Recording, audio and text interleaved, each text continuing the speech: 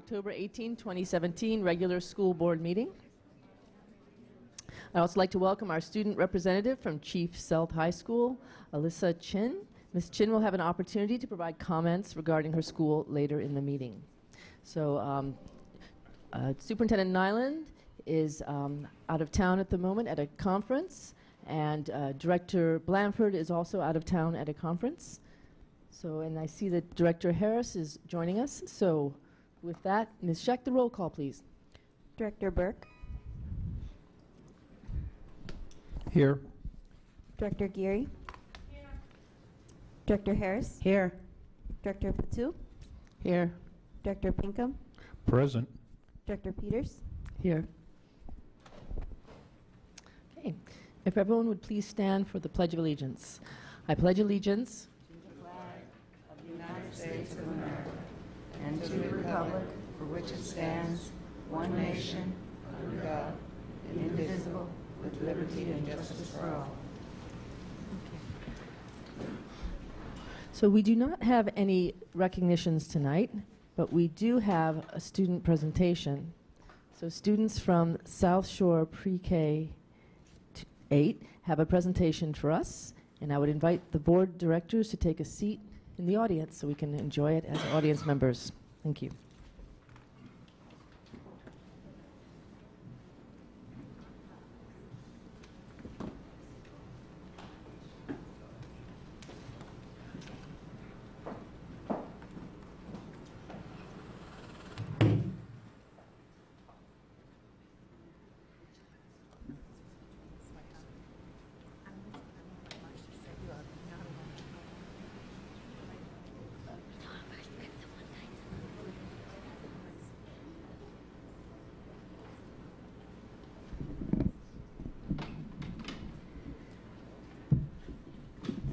Oh, sure, we'll do that.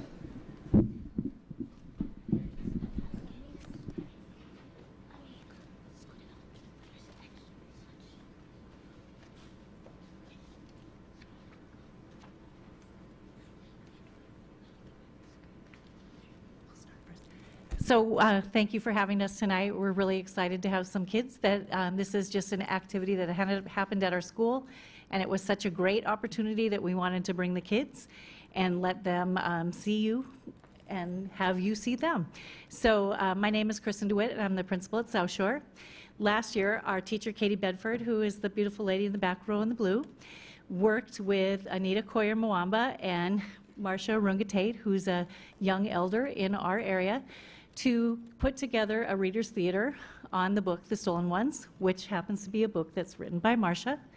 And she came in, and what was different for us when we talk about family engagement is that, and I'm just going to talk in my career, when I started as a teacher in 1981, family engagement meant that you had events at your school and families came in and they had a good time.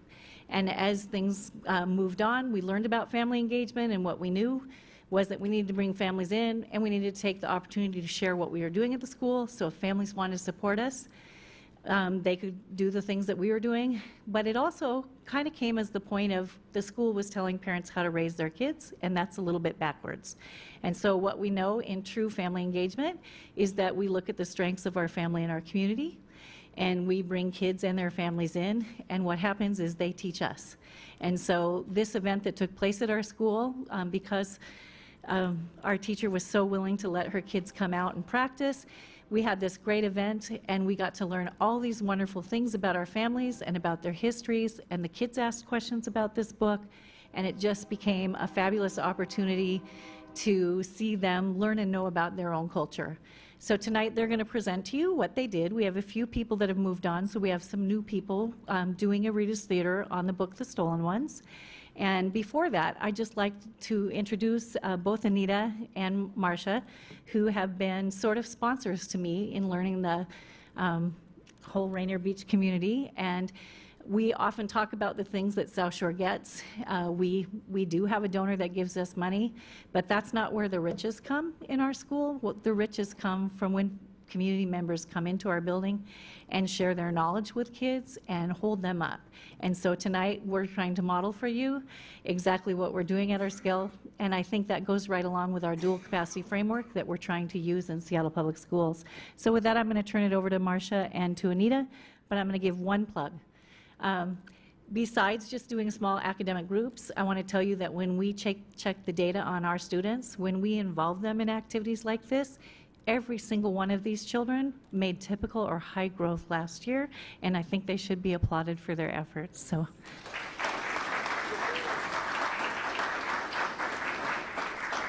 So good afternoon. I'm Anita Moomba, and today I stand before you as the incoming manager of family partnerships, which is very exciting. At the time that I did the work with Kristen and South Shore and Marcia, I was there as a coordinator of family partnerships. And Ms. Bedford, who was incredible through this process, just raised the question of how do we get children more engaged? And I figured, well, that would be a good place for us to actually show what the work looks like at the school level so that we can see what the alignments are at the district level. And so to do that, we looked at components of the dual capacity building framework. And there were 5 pieces that we felt were really important. How do you create a situation where you link it to learning, you make it relational, you make it collaborative, you make it interactive, and you make it developmental so it's not just a one-time service opportunity. And that's what we did. And then we thought about what is it that the students should learn. And we looked at their learning standards, and we associated this with the learning standards. And what we said was we wanted to expand their skills and capabilities. One was looking at the pedagogy, which is a call and response pedagogy, which is very common to African American communities and other global African communities. And through that, we got children at a variety of levels of reading, so not everybody here came in as a master reader, and that's the beauty of this program. And then we reached out to our community, and it's pretty expensive to get Marcia, but she blessed us and said, I'll do it for nothing if it's beneficial to the students. So I just want to let you know that when we tap into our community resources, we can do great things. And for these little ones, this is the reason we are all employed. So just want to thank them. To me, they're the heroes of the day. And I'd like to introduce Marcia Tate, and she'll take it from there. So thank you. I want to thank South Shore for really stepping up and taking this initiative so that we could work with the children. I'm Marcia Tate. I'm a proud community member, and I'm the author of this book.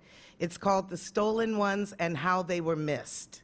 I use this book as a tool for teaching the history that is common to people of African descent, particularly the African Americans who can describe their story through the transatlantic slave trade and what that connection is to recent African immigrants. And so it has been a really important tool for understanding. We use many multiple intelligences, including verbal, linguistic, kinesthetic, bodily kinesthetic. We use interpersonal and intrapersonal multiple intelligence skills to really address what students need to learn this work. And also we couple that with stage presence and with team building. So they have a lot of work they do together. I think that this is the cream of the crop myself, but every student group that I work with ends up being the cream of the crop. And so they will set an example of their high-level quality learning for other students in their classroom, as well as people in their community. We hope that this book will be used not just by the children, but by their families and anyone who's interested in lifelong learning. So without further ado, the students are going to read for you. It should be about an 18-minute read, and we will provide images that are in the book so that you can follow along with the story. Thank you. Okay. Amina? The Stolen Ones and How They Were Missed by Marcia Tate. One day in the year of 2000, a group of African American women from the USA went to visit Kenya in East Africa. As they sat in the backyard of their hostess, many women came to greet the African Americans who had traveled to the homeland of their ancestors. As they sat together, the African American women shared stories and photos of their families and community. One of the elders said, "You call yourselves African Americans. Where in Africa do you come from?" The African American women laughed and said, "Well, we do not know exactly where we came from." Sadly, we're not able to trace our exact roots like Alex Haley. The elder looked with a glimmer of light and recognition. She declared, "Oh, you must be the stolen ones." "The stolen ones, you say? Who are they?" we asked. The elder began to tell the story. Long ago in Africa, there lived a beautiful girl named Nia. Her beauty not only came from her lovely face and smile, but also from her kind heart. Nia was always thinking of others. Nia loved and admired by the village for the way she walked with purpose and intention in her life. The meaning of her name, Nia. Can you say Nia? Nia! Nia, purpose. Nia had many gifts and talents. One of them was her gardening skills. She made soil in her garden rich and fertile. In Kiswahili, the garden is called shamba. Can you say shamba? Shamba! In Nia's shamba, seeds were planted with care and attention, and the crops were plentiful and nutritious. All year long, Nia harvests big, juicy pai. Can you say pai? Pai. Pai means papaya. It grows on tall trees. The pai from her trees grew very big, sweet, and juicy.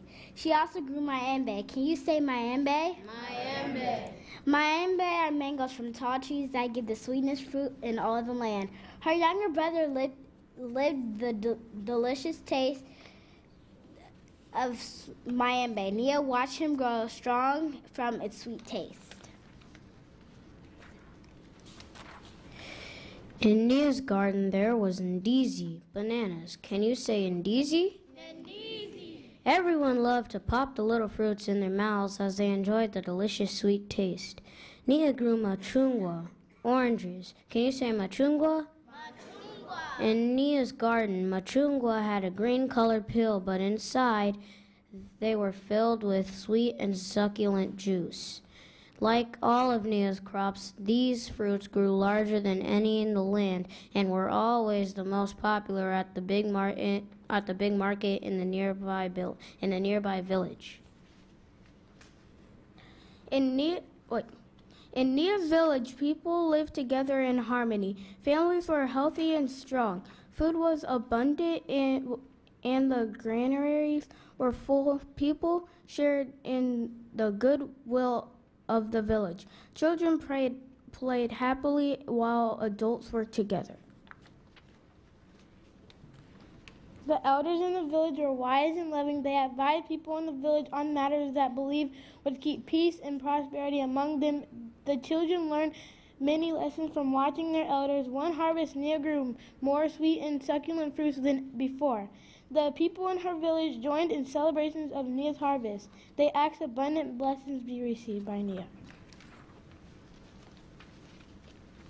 Many people gathered to dance, play games, and celebrate a prosperous harvest. Before everyone shared in the feast, the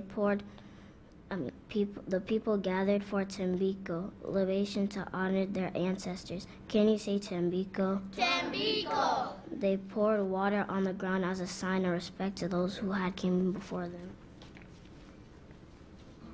When they acknowledged their ancestors, they called the names of their grandparents, their great-grandparents, all of their ancestors until they called back many generations. They prayed for common goods of the village, for Nia's safe journey and the quick sales of her fruits.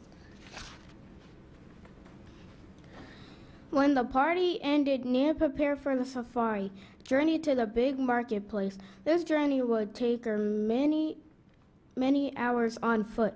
Nia used the biggest kakipu that has been in her family for many generations. Can you say kakipu? Kikapu. Nia took special care of the kikapu that her grandmother had given her. She would one day pass it on to her own grandchild, just as it had been passed on to her. As a small child, Nia practiced carrying the big kikapu on top of her head. She knew this would be the best way to carry things. If she had carried the basket in her arms, it would hurt her back and make her very sore and tired. If she had carried the kikapu by hand, though, this will only be fine for short distances. For long distances such as this journey, Nia knew that carrying the kikapu on top of her head would be most suitable. After much practice, Nia learned to walk with straight posture, and her body walked balanced and centered. This way, she could go for long distance without injury. The Soconi marketplace was filled with a lot of activity and excitement. Can you say Soconi? Soconi! Everyone was happy to see Nia again. They loved her beautiful smile and her warm heart. Customers knew that her fruits would be a big treat. Nia's fruits sold quickly. She took time to share stories and laughed with friends before she began her return home. The money that Nia received in exchange for her goods were called cowrie shells. This was a common kind of money in Africa. When Nia was halfway home, she heard brushing sounds in the bushes. When she turned around and looked, she did not see anything. She continued her journey, and then she heard footsteps behind her. When she turned around, the strange creatures rushed toward her and captured her by force. Before she could run, scream, they grabbed her by her hands and feet and tied them with a rope.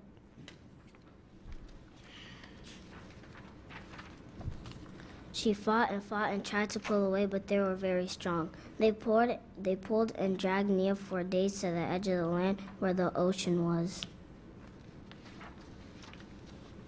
Nia was thrown into a dark and cold dungeon where she was filled with grief and fear. Nia heard many voices around her.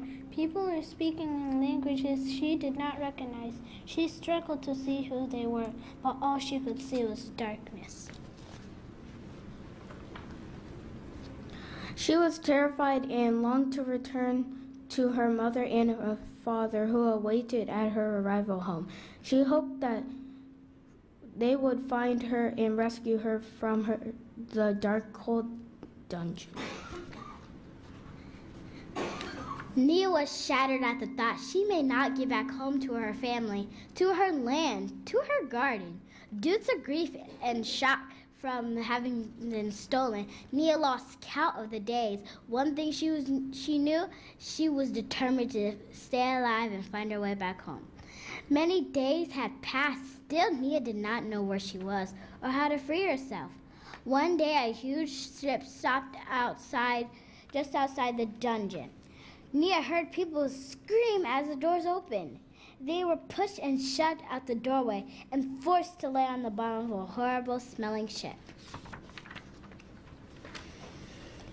She left by sea to an unknown destination. Nia laid at the bottom of the ship for days and days, for weeks and weeks, for months and months. She laid there until her home had become a distant memory. Meanwhile, in Nia's village, a few days had passed, and Nia's parents got very worried. They called together the men in the village and organized a search party. From house to house and village to village, the men searched everywhere for Nia, their lost daughter. They could not find her anywhere. They even went to the edge of the land where the ocean waters were, but they did not know that the ships had come to take Nia and many others away. After several months of looking, the search party returned home to tell Nia's family that she could not be found. They declared that she must be dead. Nia's family mourned her death with a deep sorrow. They cried and spent many days remembering the special gift that she had and the life that she had filled in the village with her loving heart and her brilliant talents. For years, the elders of the village would gather to discuss the loss of so many who had disappeared from their homes, and just as Nia had. One day, a traveler passing by the village told how he had been seeing ships passing through the ocean. He said that many of the young people who had disappeared from the village were taken away and placed onto the ships. He declared that they were not dead, but instead they were stolen. He explained that these people had been forced to board these horrible ships, never to be seen again.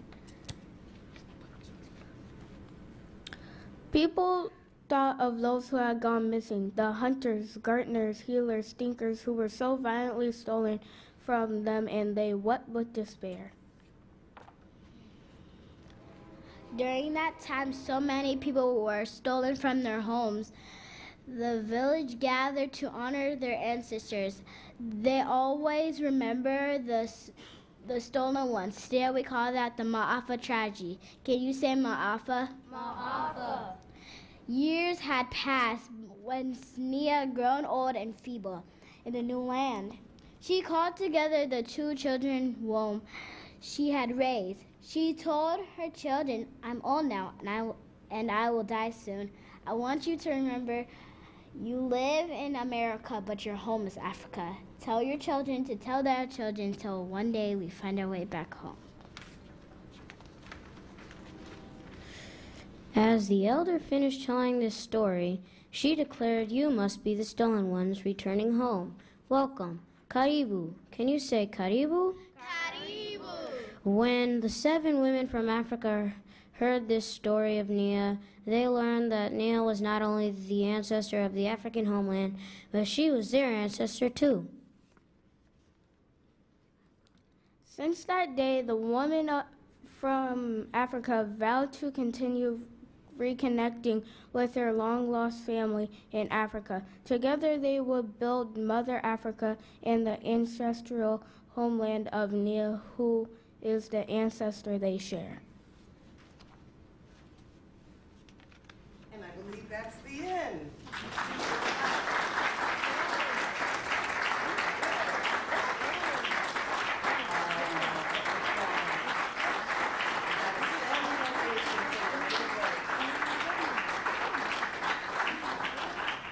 Thank you very much. This story, as the children have explained, was a true story told to us by an elder in Kenya. And I forgot to tell you that you would hear some Kiswahili words that you have learned, and the students know very, very well as well. So if there are any questions or comments? Yes? Have you incorporated this book and your teaching into other schools as well? Yes, we have done, the first project we did was at Denny Middle School, where we turned it into a play. And we had choreographers show African dance, we had drummers, and it was a very lively play. We also did a project with Maple Elementary School, where students did an art project, and they were, for the first time, instructed to draw black and brown faces. And it was an amazing project. I was very touched by that. It was based on the book. And the Read Aloud is about 5 years old. We have done the Read Aloud at, through Africa Town for about 3 years. And then we were gracious enough to be asked by South Shore to come in. And so now we are at South Shore, and we would welcome teaching this content and the how to read aloud to any school that requests us. So can we put this into the Puget Sound Educational District and lift up and spread out? Cool. Yes, we welcome that. We welcome that with this important story. Yes?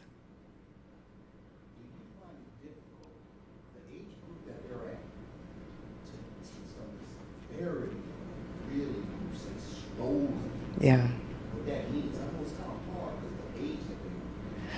Well, I'm going to let them respond to that question. So thank you for asking. And we can introduce you, so when you take the mic, if you say something, will you also say your name so everyone knows exactly who you are? Okay.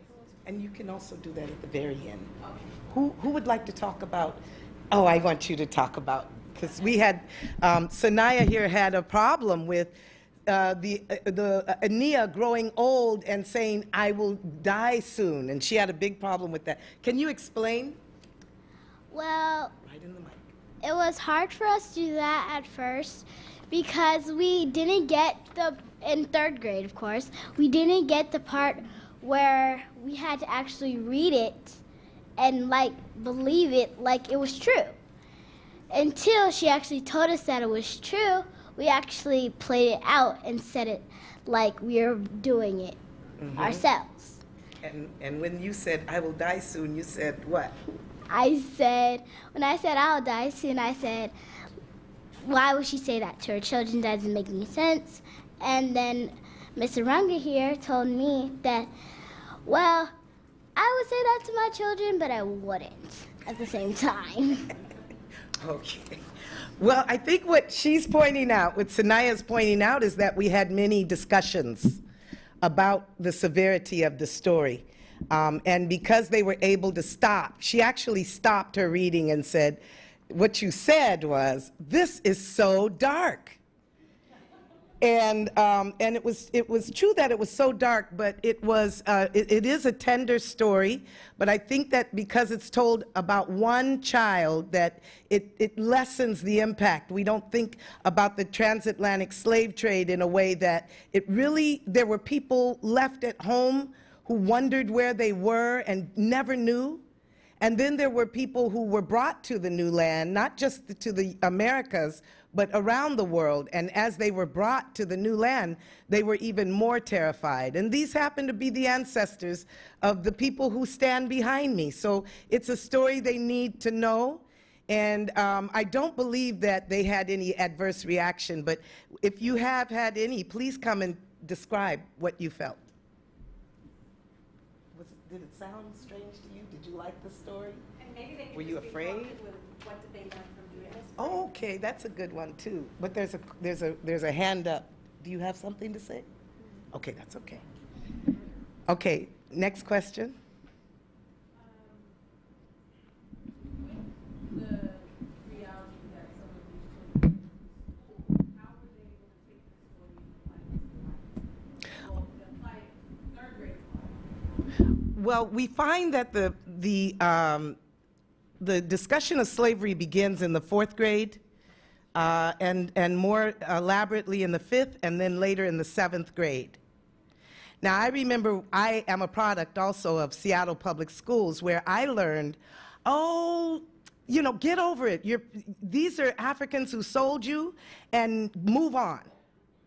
And when I heard the story from an elder that we were missed, it was one thing we had heard, that there was stealing going on and that it wasn't a very well organized exit, that people were taken in violent ways.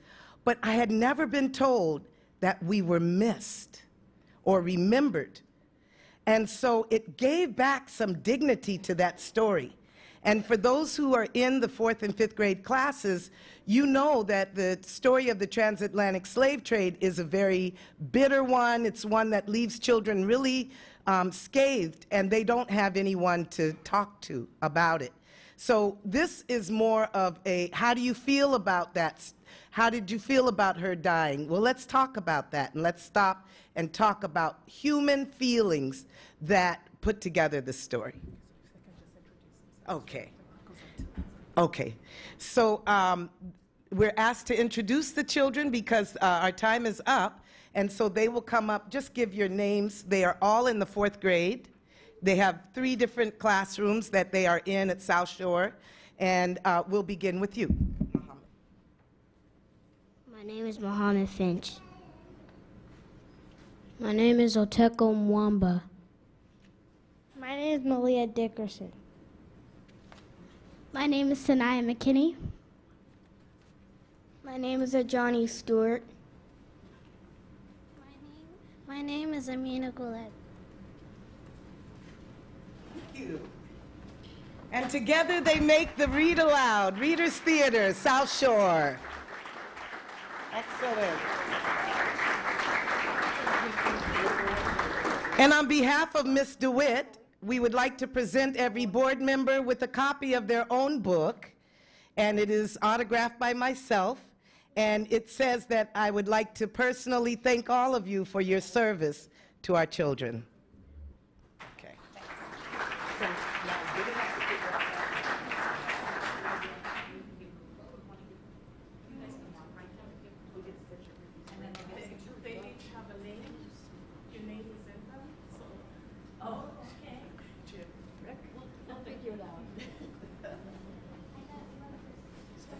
He's not here, so we'll give that to him, put it in his chair.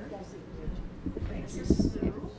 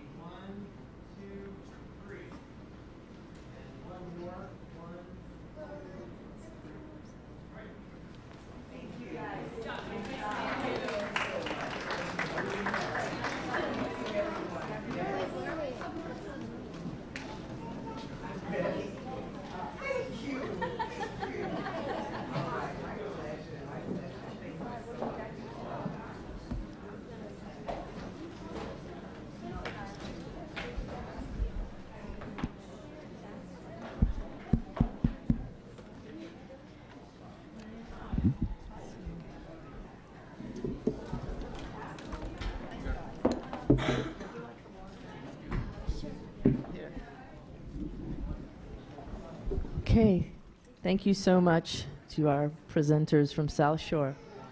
So I will now turn it over to Deputy Superintendent Nielsen for his comments.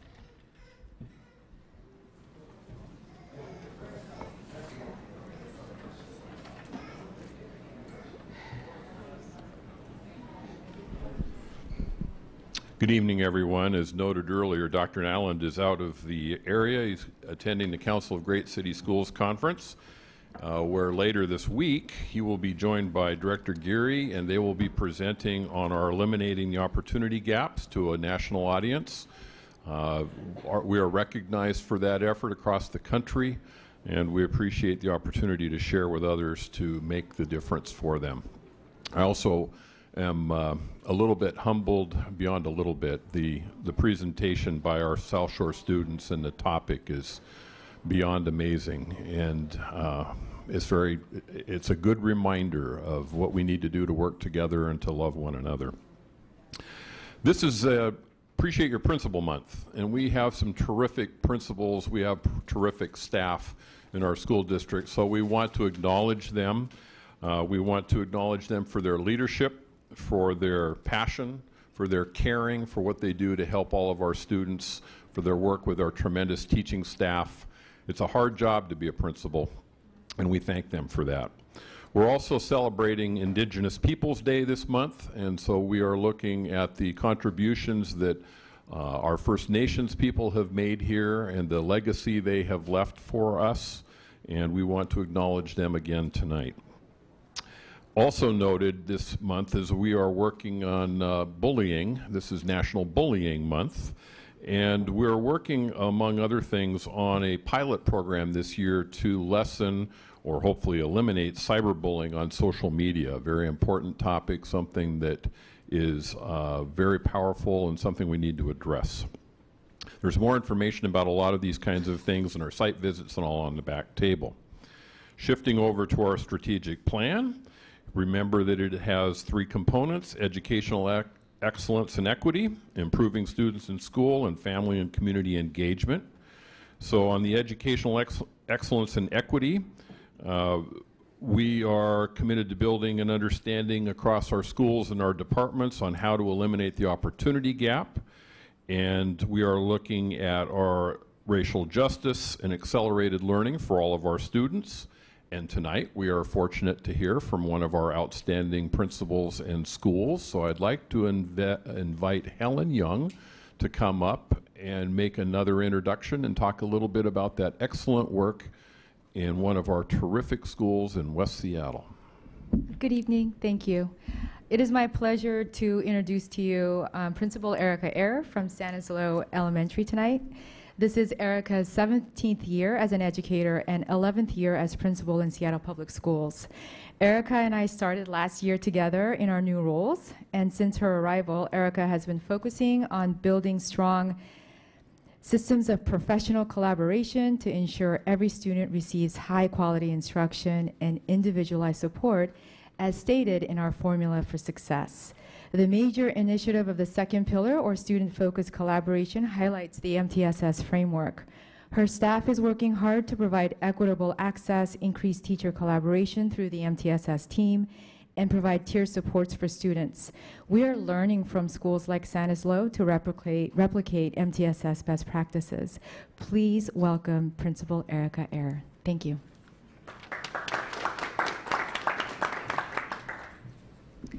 Good evening. Thank you for having us here. I'd like to introduce my colleague, Marcy Shepherd-Shaw, who is the head teacher at Stanislaus, and in previous years has also been our math interventionist and is a key member of our MTSS team.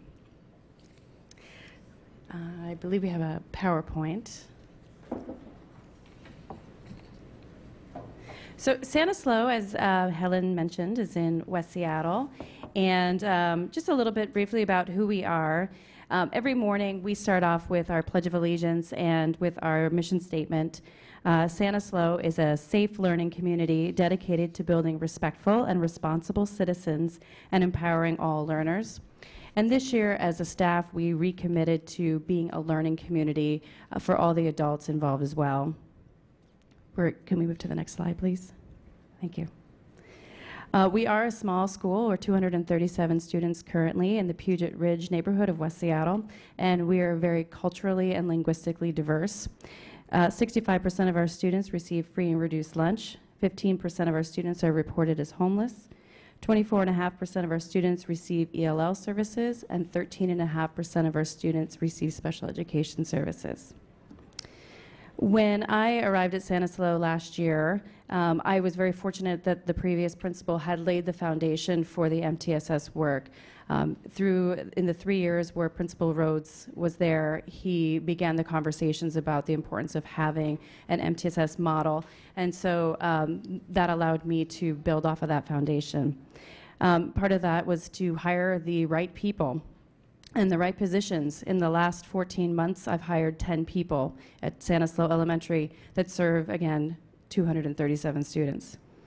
We have partnered with multiple community-based organizations that support our MTSS model, and we have aligned our model with the formula for success and the strategic plan. And so our model it has 3 pillars. We're focused on adult learners, student learners in our center, and the positive learning environment. And they align with the 3 pillars of the formula for success: the high-quality teachers and leaders, Pillar 1, student-focused collaboration in Pillar 2, and the commitment to racial equity, Pillar 3. In Pillar 1, our adult learners, all of our teachers and staff participate in a professional learning community and meet weekly together to plan and review student data. Twice a month, our teachers have an opportunity to visit each other's classrooms through Learning Walk. We were able to do this by having a creative PCP schedule. We debrief what we've learned with each other and provide feedback to the teachers about what they saw, what they learned, and the questions they have. We have monthly data meetings with the teachers and our MTSS team and make adjustments accordingly to make sure that we're provided the differentiated learning opportunities. We are fortunate this year to partner with the Satterberg Initiative, and so we have coaching support this year to also help our teachers improve their instructional practice. And we are also part of the Southwest Schools Attendance Initiative, which provides more resources and learning for our staff. And I'm now going to turn it over to Marcy, who's going to talk about our student learners, Pillar 2. Hi, thank you for having us. We have a math interventionist and an ELA interventionist. Our math interventionist has a team of 3, and they have taken on the task of assessing every single student at our school to make sure they are, so they can look at data, drive the instruction through data, so students can learn where they are, they can be retaught what they need, and they can be pushed to be enriched if they need to be. They work closely with classroom teachers, and so they are able to meet or exceed growth. Our ELL team has embraced the new CC curriculum. They're experts in LLI and SIPs for interventions, so they can give all students access to the content needed to be successful not only at their grade level but beyond. They also align grade bands so they are ready for the next grade. Our attendance campaigns include Tier 1, 2, and 3 campaigns. Our Tier 1 is a daily campaign where we acknowledge the classrooms that have 100% attendance. Our Tier 2 campaign is a weekly check and connect every single day. And our Tier 3 is we have 10 teachers who have volunteered for long-term commitment to up to 3 students each. So we're serving 30 kids right now, with the hope that will grow throughout the school, and every teacher and every person in our school will sponsor 2 to 3 students, and that will be half our student population will be receiving a one-on-one check and connect. We do regular data cycles, so we can make sure that students are getting what they want, and if they can be exited out of an intervention system, we can enter a new student. And this helps us to individualize education to meet every student's needs where they are and beyond. Thank you, Marcy. Just an explanation of what this is. This is a banner that is out front of our building that we adjust every week to show our community what our attendance rate is. We do share that with the students every Friday to announce where we were the previous Friday and where we are this week. We do have a school-wide monthly attendance goal as well. This month, I believe we were looking for 97.3%. So that hopefully we'll let you know in November if we've made it. Our next slide is one of our data walls. This is our reading levels for our students. It is 2 data points. It's the MAP score as well as the Phonics and Pinal.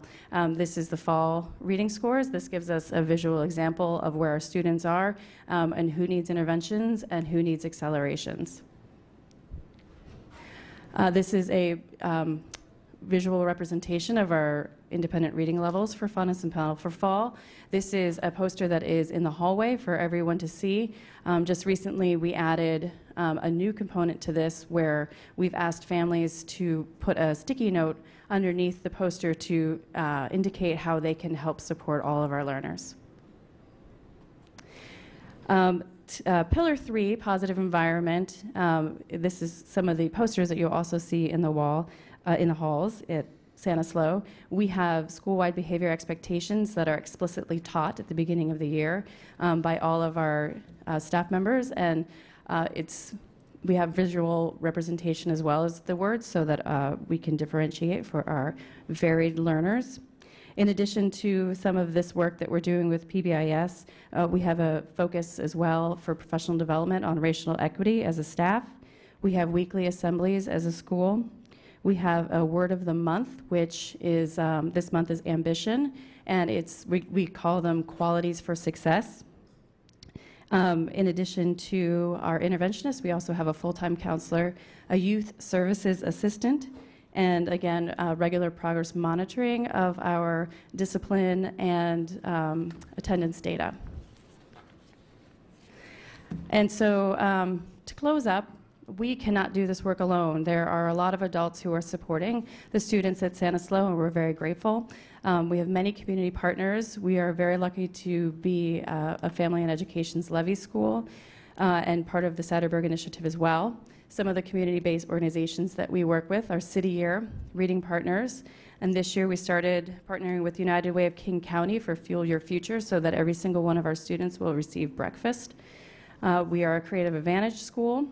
We partner with Seattle Youth Symphony Orchestra so that each and every one of our 4th and 5th graders who play a string instrument have a coach. NAVOS, which is mental health. And this year we also implemented Watchdogs, which is bringing more of our community members into our building. And that is all. Thank you very much. Thank you. Thank you very much, Erica and Mercy.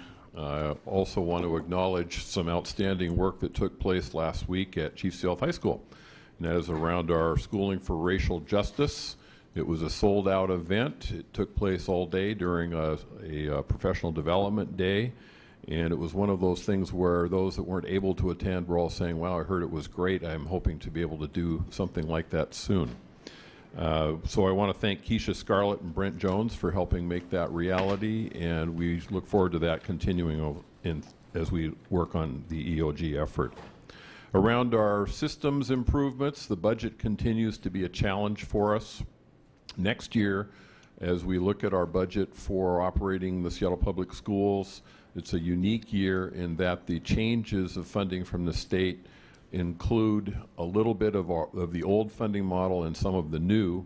So as we look forward to next year, we don't see any dire changes beyond the cuts that we already made for this year. What we do see, however, is a serious problem in the years following that, in that the state funding will decline in relationship to our needs, and we will not have the resources in the future to do the kinds of things that we currently do to help students, and we believe the legislature has a lot to do.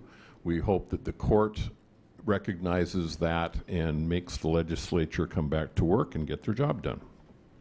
On school and community engagement, we've had a lot of input on high school advanced learning. We've had over 2,000 families engaged, all kinds of good things going on there, including multi-languages. Those people that have attended those have translators. They have ability to provide feedback in manners that we've never been able to achieve before, because we want to hear from all of our communities. We want to learn what people are looking for, and we want to be able to improve our systems. We also have a website satisfaction survey.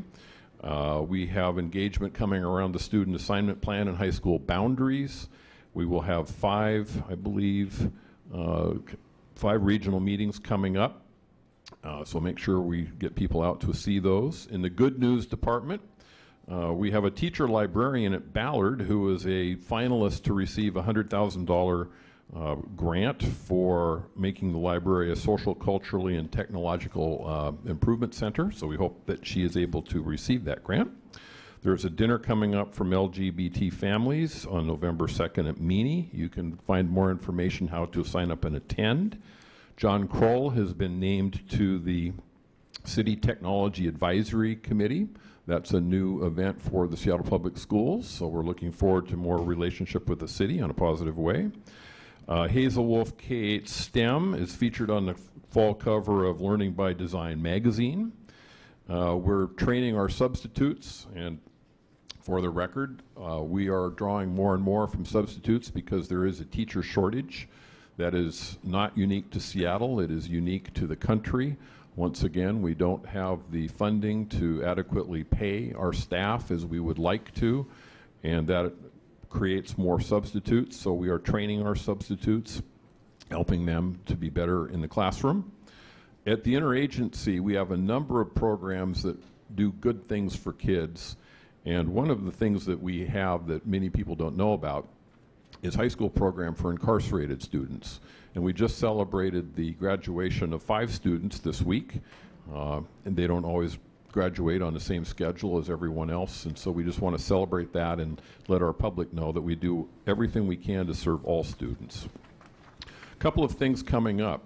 We are served in transportation by First Student, and they have a labor agreement with Teamsters.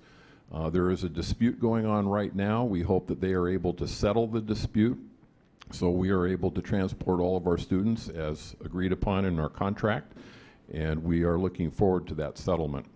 Finally, we have 24 credits switching over for graduation, and it is a lot of work.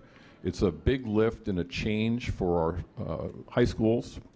So we're working with our principals, our teachers, and our communities to address how do we switch over to that. It is a change for the students and their families, and that will be a topic coming up with more work as we go through the year. So I'd like to end by just saying that we have much to celebrate. A lot has taken place, and I'd like to thank everyone dedicated to addressing our work and supporting our students. Thank you. Thank you, Deputy Nielsen. So we will now turn to our student guest. And again, I'd like to welcome Elisa Chin. Elisa is a very involved student leader at Chief Sealth International High School. She currently serves in student government as the junior class vice president and is a student leader in the Link Crew 9th grade mentorship program. Additionally, she's a full diploma student in our International Baccalaureate program, as well as a member of Sealth's Academy of Finance. As if this were not enough, Elisa is on Chief Sealth's wrestling and girls softball teams. In short, she's a very impressive young person and a great representative for Chief Sealth. I will now turn it over to her for her remarks. Thank you.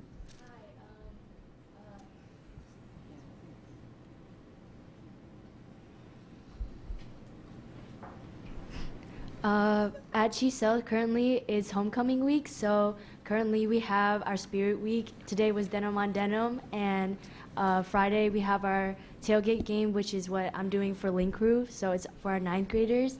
And we also have the game right after, that's our homecoming game, and the homecoming right after. This year, I think our spirit week has been pretty good compared to all the other years. We had a lot of improvement in student appearance in the spirit. For our Link Crew, we're also planning a lot of freshman activities this year, and we're planning to have more connections between our freshmen to allow them to have a better year. For my full IB diploma program, I believe that I'm being very challenged, so I believe that's going very well also. And so far, our sports are doing very well too. I believe our school has been doing great this year for when it comes to our diversity, and how it's been Indigenous Day month, and how we had an assembly earlier this month, and it was based on Indigenous Peoples Day, and it was on the day of Indigenous people. It was to me personally, I believe that was an amazing assembly, and it just showed the diversity at Chief Sealth that we have. Okay, thank you very much, Elisa. So I invite you to remain with us up here as long as you want for the whole meeting if you like, or if you want, you can stay for the public testimony. That's always an interesting part of the meeting, and you can also respond afterwards if you like. So we now have reached the consent portion of tonight's agenda. May I have a motion for the consent agenda? I move the consent agenda. I second the motion. Okay. Approval of the consent agenda has been moved and seconded. Do directors have any items they would like to remove from the consent agenda? Okay, seeing none, all of those in favor of the consent agenda signify by saying aye. Aye. Aye. All opposed? The consent agenda has passed. Okay. So we have reached the public testimony part of the meeting, but it is not yet 5:30. So I'm now going to invite any board directors to begin their director's comments at this time, with the option of responding to the public comments later on. Is there anybody who's ready to say a few words at this point?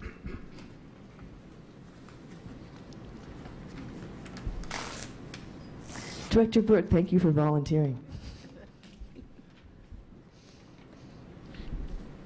I will start with some of the brief perfunctories just to kind of get this going, and then maybe come back afterwards. So beginning with Alyssa, thank you for joining us. And so did I hear correctly, both Academy of Finance and full IB diploma? Yeah. I think that's commendable. I've heard really great things about the academies at Chief Sealth. I understand that there was a like a career fair or something Yeah, we had a on Monday. career fair. Yeah. Did you participate in that? Yes, there was a field trip on Monday where all of the academy, including finance and hospitality, we all went to the Washington Convention Center, and we all learned, had lectures on how to basically become in the business world, and we also had networking where we would connect with others to get into whatever summer internships we want and basically get out into the business world. So that was also really fun. That was my first year doing it. I got a lot of business cards from that, so I'm hoping to get an internship this summer. That is great. We love to hear that here on the board as well. We talk about that sort of work all the time, so happy to hear that. I want to thank the South Shore K-8 community for coming out and sharing both the actual content of the stolen ones and the story behind it, and some of the nuances about having those conversations at that age. And I appreciate the dialogue with the audience as well, and the Q&A there. I thought that was really great. Thank you to Principal Iyer and her team for the work they do at Stanislaus. I really, as kind of an engineer geeky person, I fancy the way they've built out an actual structure that's based on the formula success elements, but they've personalized it for their school, and they're really owning that. And so we're looking forward to long-term student benefits, community benefits, and hearing more about that work in the future. I'll go to my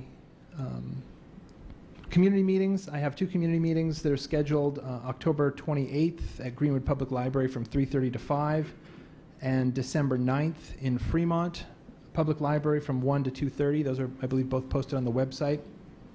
I'm thrilled that Director Harris and I are going to be co-sponsoring another meeting. We're trying something in addition to reaching out to the community in general. We're trying to do some specific outreach to our educators, because they're the ones that really make this magic happen. So we have a meeting scheduled, a central location, November 4th, 4 to 5:30 p.m. And we're going to try to do, maybe every couple of months, themed meetings. This first meeting is going to be themed around career and technical education. So it'll be an opportunity for anybody to come, but we're going to be focusing the questions, the conversation on some of the CTE work that the district is doing, and trying to understand what that looks like in the classroom, and how we can build out these structures. What are the leverage points we should be looking at? So we're really excited about that work on November 4th. And we'll get that posted on the website and send out some invitations as well. I'm gonna close these initial comments just by I wanted to go on the record as we're looking at our high school boundaries, because this is going to be a really challenging conversation, and there's a lot of staff that have been doing work, and community, and our high school boundaries task force, to understand the interrelation between where our students live, how we draw our boundaries, and where they go to high school. And also how that relates to our K-8 pathways. And one of the things that's confounding that the community knows well, the board knows well, the staff knows well, is understanding how we translate our highly capable students from K-8 into high school. And I think that's been a long topic of conversation. And so I just wanted to I feel like we have not been able to we haven't been able to actualize a clear vision. So I'm just going to throw out mine, because I figure if I put it out there, people can comment on it. We can see how it fits. And I'm just going to say that in the long term, I believe that our high schools should not be pathways for highly capable. And I know that sometimes that might be a little bit of a contentious view, but I think if we look through what would things look like if they were perfect, it would be that we would offer services at every high school that would draw our highly capable students from their neighborhoods into their high schools, would serve them where they are in a way that their families want to be served. So I say that as a long term, but I also say that we're not there yet. We have schools that that are serving a lot of highly capable students, and some of them with dedicated pathways, some of them without dedicated pathways, and then we also have some schools that are I would say less friendly to that particular demographic, or are less supportive of the idea that there are groups of highly capable students that might benefit from special types of classes or programming. And so my belief is that we as a district, the board, the staff, the school leaders, we have to reach a level of agreement where we can put high quality, highly capable learning in our high schools before we can expect our families to want to go there.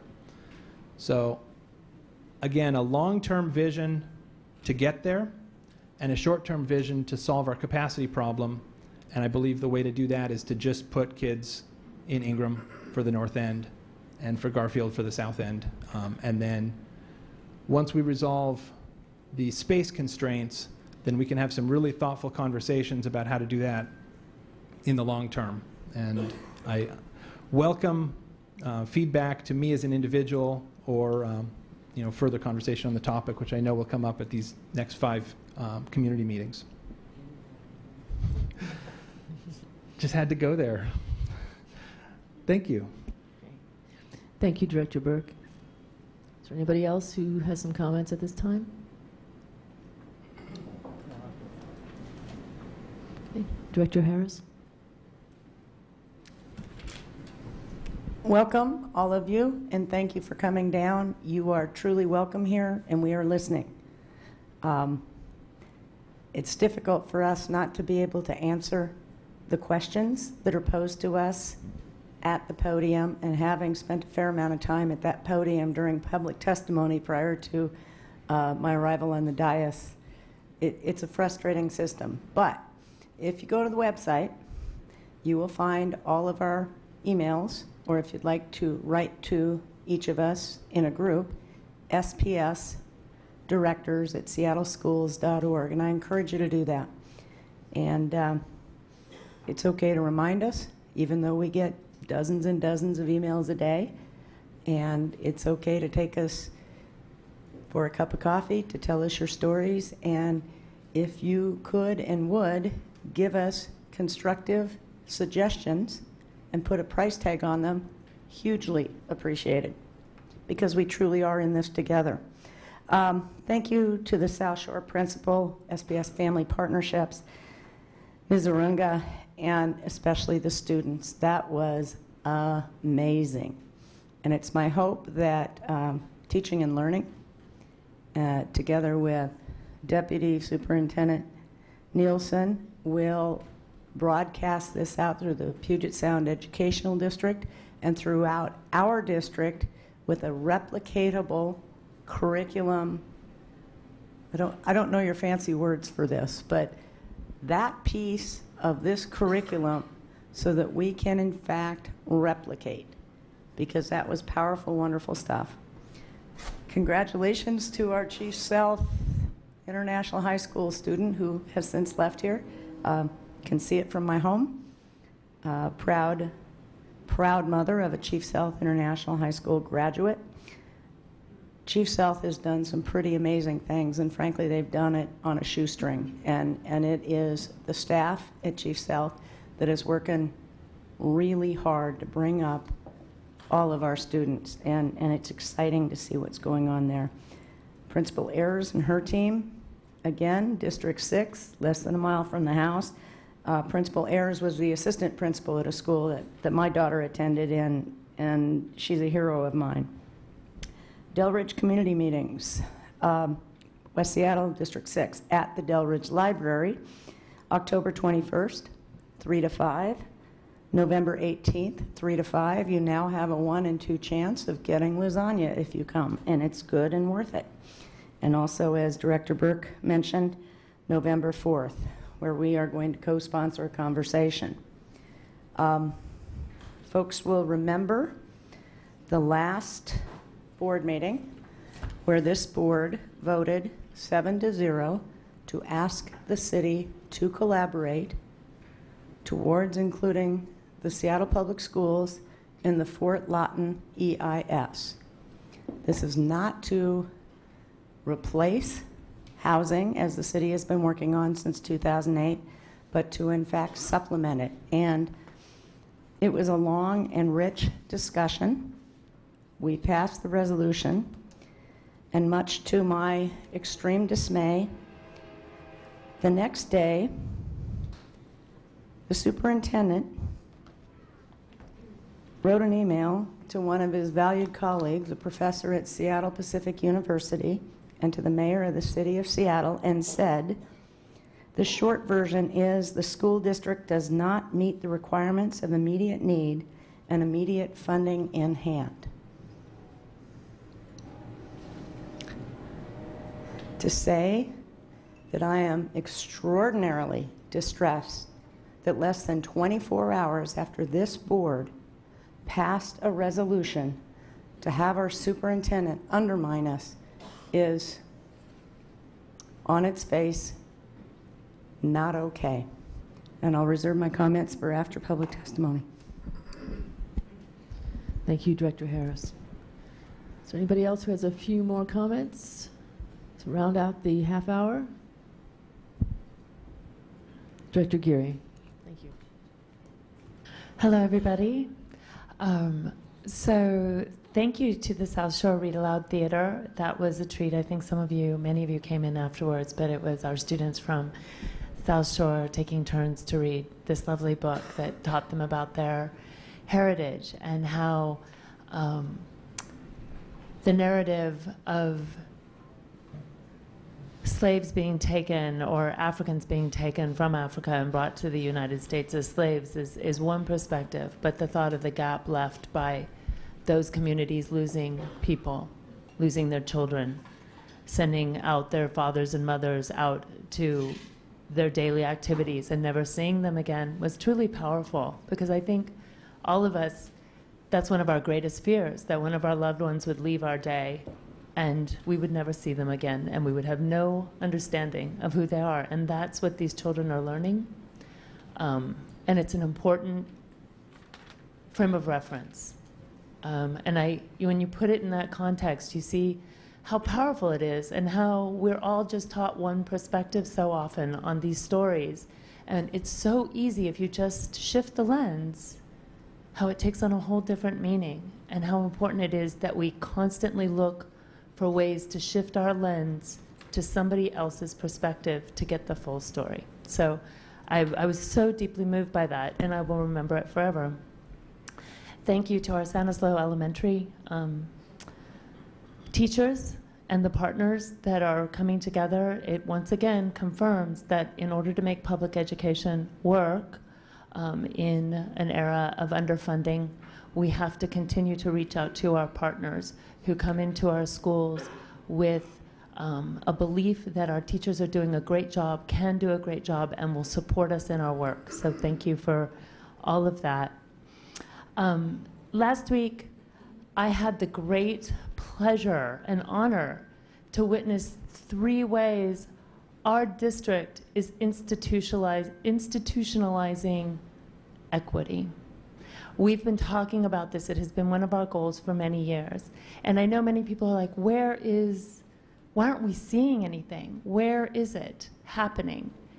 And I think, this is not push-button work. We're not going to see, as they said in this, I heard earlier today, not in this book, but I heard it earlier today, you don't expect to reap a harvest on seeds you sowed yesterday. You have to wait. You have to take care of them. You have to nurture them. You have to bring them up. And we will start seeing that payoff, I believe. And I was seeing, right now, we're really fertilizing the work. We're really watering it. And I came in one day, and this room was filled with principals.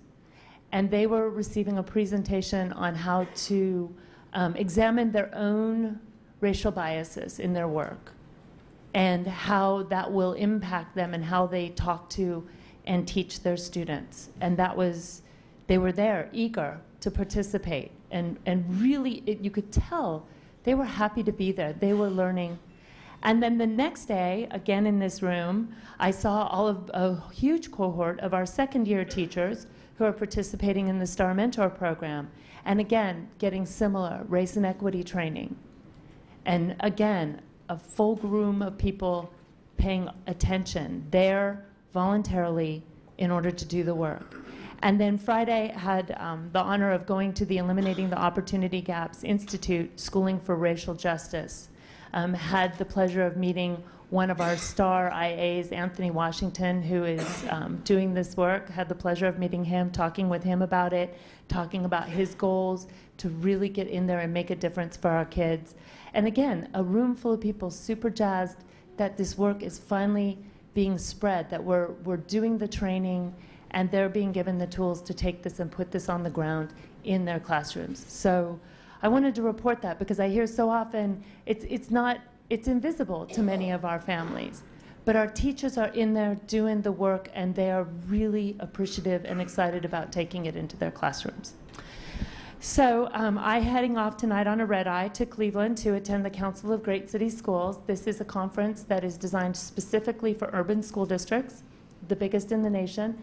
And it's, this particular training is interesting. It's almost like speed dating with our urban districts. Every district is around different themes, puts on 15-minute presentations. And so you can go and for 3 days just get this overload of information about all the great work people are doing everywhere. And you get a chance to take it. And it's so interesting because you'll hear things and you'll get a chance to see how different districts are making it all work. And then you have the names and the numbers and you can bring that information back. So I know we have quite a few of our staff, not tons, but I think about 5 or 6 of us will be there. And I have to say, it is really a benefit. It's doing that professional development at a very high level and learning how to find out the best practices and bring them back to our district. So if anybody has a specific question they want me to ask during this training of anybody I can find to answer it, send me an email and I'd be happy to do that. I will be having my director meeting on October, oh shoot, I didn't put the date on it. That's going to be in, again, I'm going to do that at Solid Ground. Give me one moment so I can get up a calendar. Can you do that for me? And then I'm continuing to have my what's next Saturday? The date. Well, it'll be next Saturday, not this one, because I'll be in Cleveland, but the Saturday following. And then I'm continuing to have Tuesday morning coffees at Zoka on Blakely from 8 to 9:30. And please just feel free to drop by to listen in on other people's concerns or share your own with me. And we get a date on that. And I'll get back with you with the date, but it's next Saturday. I just don't have the date in front of me. Thanks. Thank you, Director Geary. So as we've now reached 5:30, we will now go to public testimony.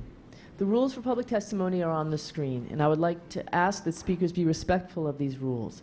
I would note that the board does not take public comments on items related to personnel or individually named staff. I would also like to note that each speaker has a 2-minute speaking time. When the 2 minutes have ended, please conclude your remarks. Ms. Scheck will read off the names of the testimony speakers, and thank you all for coming tonight. First up for public testimony, we have Kaim Vassar Fontenot, followed by Hani Ahmed and Chris Jackins.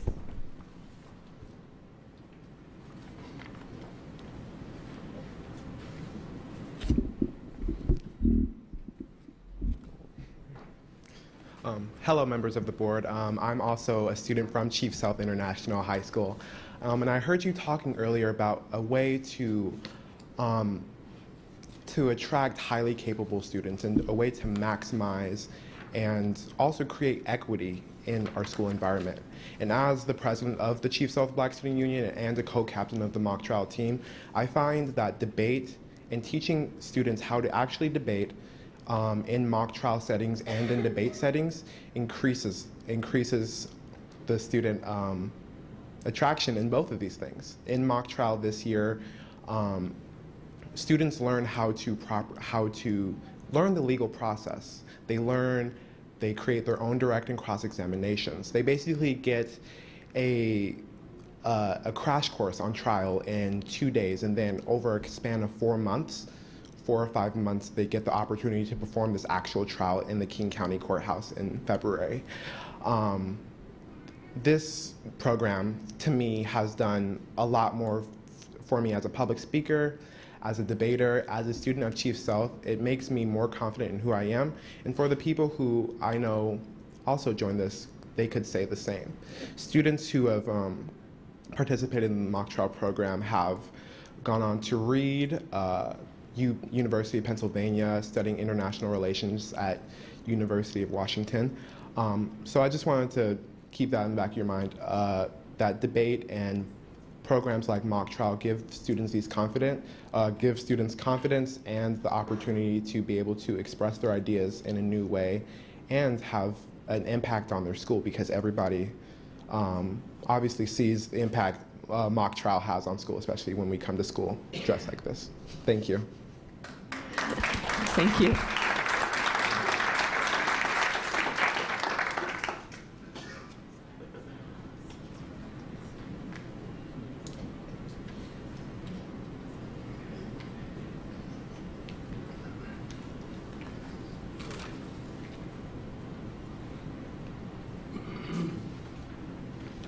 Hani Ahmed.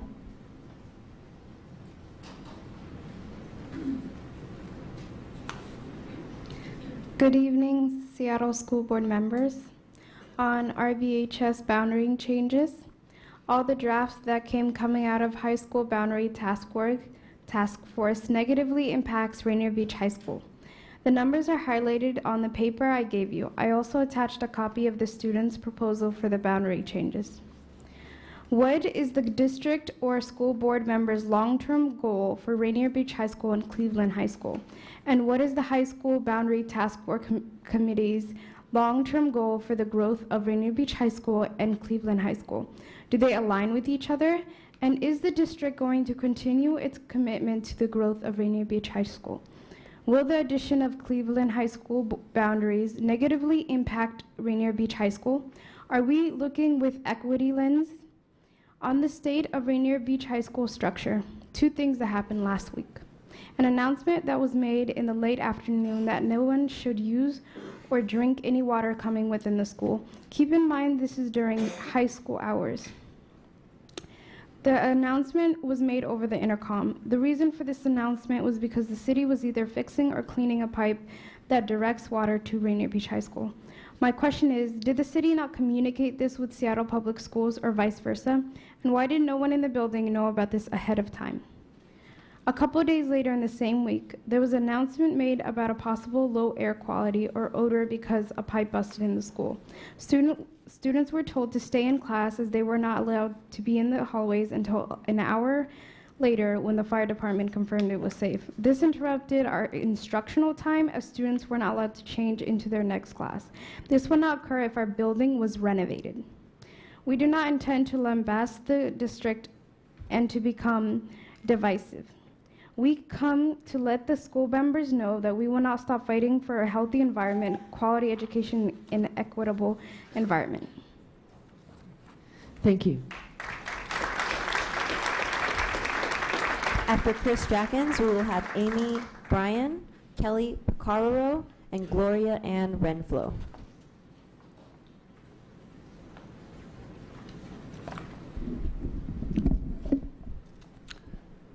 My name is Chris Jackins, Box 84063, Seattle 98124.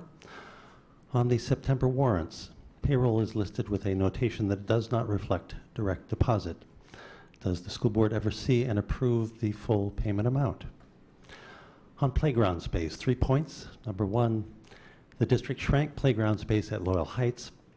One reason these unpopular district plans went forward is that previous boards did not object. Number 2, the district is currently planning to shrink playgrounds at Magnolia, Wing Luke, and Queen Anne elementary schools. Number 3, the board needs to object to these plans. On policy 2161, special education, on the resolution on career and technical education partnerships, 3 points. Number 1, the district once employed special education student interns in its mailing department.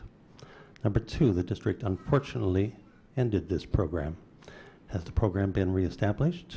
If not, please bring it back. Number 3, this approach seems better than what is apparently being proposed in the resolution, which would seek private partnerships for public school programs. On school bus drivers, 4 points. Number 1, when the district moved to implement further changes to school start times, it allocated funds to meet the transportation costs. Number 2, the district should have made a similar effort to improve benefits for school bus drivers. Number 3, in current contract talks, school bus drivers are again seeking to address shortfalls in medical and pension benefits. Number 4, please help improve the contract. Thank you. Thank you.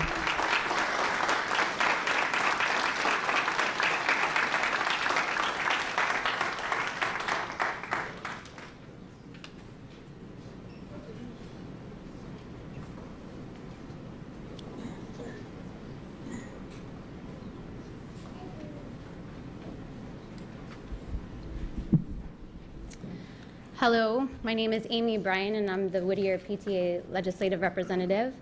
Current students impacted by boundary changes in areas 127 and 128 were new kindergartners at most in November 2013. These families did not have a voice in this process. They were not informed of the scheduled change upon enrollment, and the 2 informational meetings were held less than 5 months before this board votes on related district recommendations. This change, which isolates these families geographically, moves these families to a school that for many is farther away than 4 other schools and for some across 5 major arterials. District meetings informed families of the option to grandfather at Whittier, but no transportation is provided to the only Whittier area that qualifies for bus service, and no sibling enrollment guarantee. This is a false choice for many who depend on transportation or who have siblings entering elementary school in the next few years.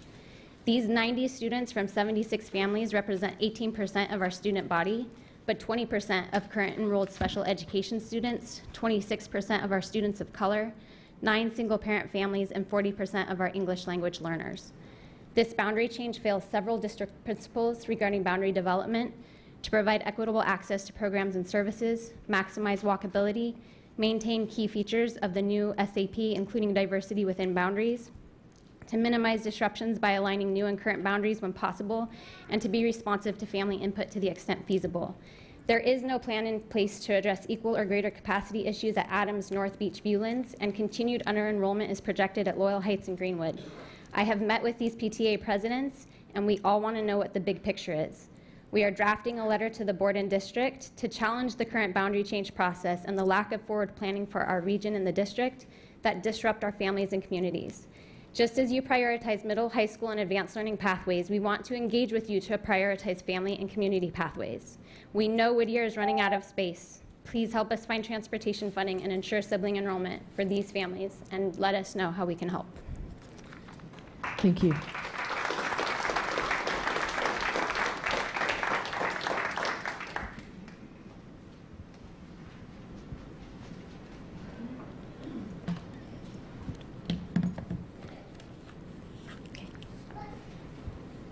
Hello, I'm Kelly Pecoraro. I have a 2nd grader at Whittier and a child who has a late summer birthday and will enter school either in the fall of 2018 or 2019. I find the proposed boundary change to Area 127 and the related policies related to this change to be out of alignment with key SPS beliefs and goals. On the SPS website, it states, "We believe it is essential to place the interests of students above all others in every decision we make, and one of the SPS goals is to strengthen school, family, and community engagement." I'm extremely thankful that the district is recommending grandfathering so that my daughter can complete her elementary education at a school she's already spent over 2 years at. However, next year or the following, I will still be faced with a challenge if I'm unable to get my son into Whittier, since grandfathering of siblings is not guaranteed.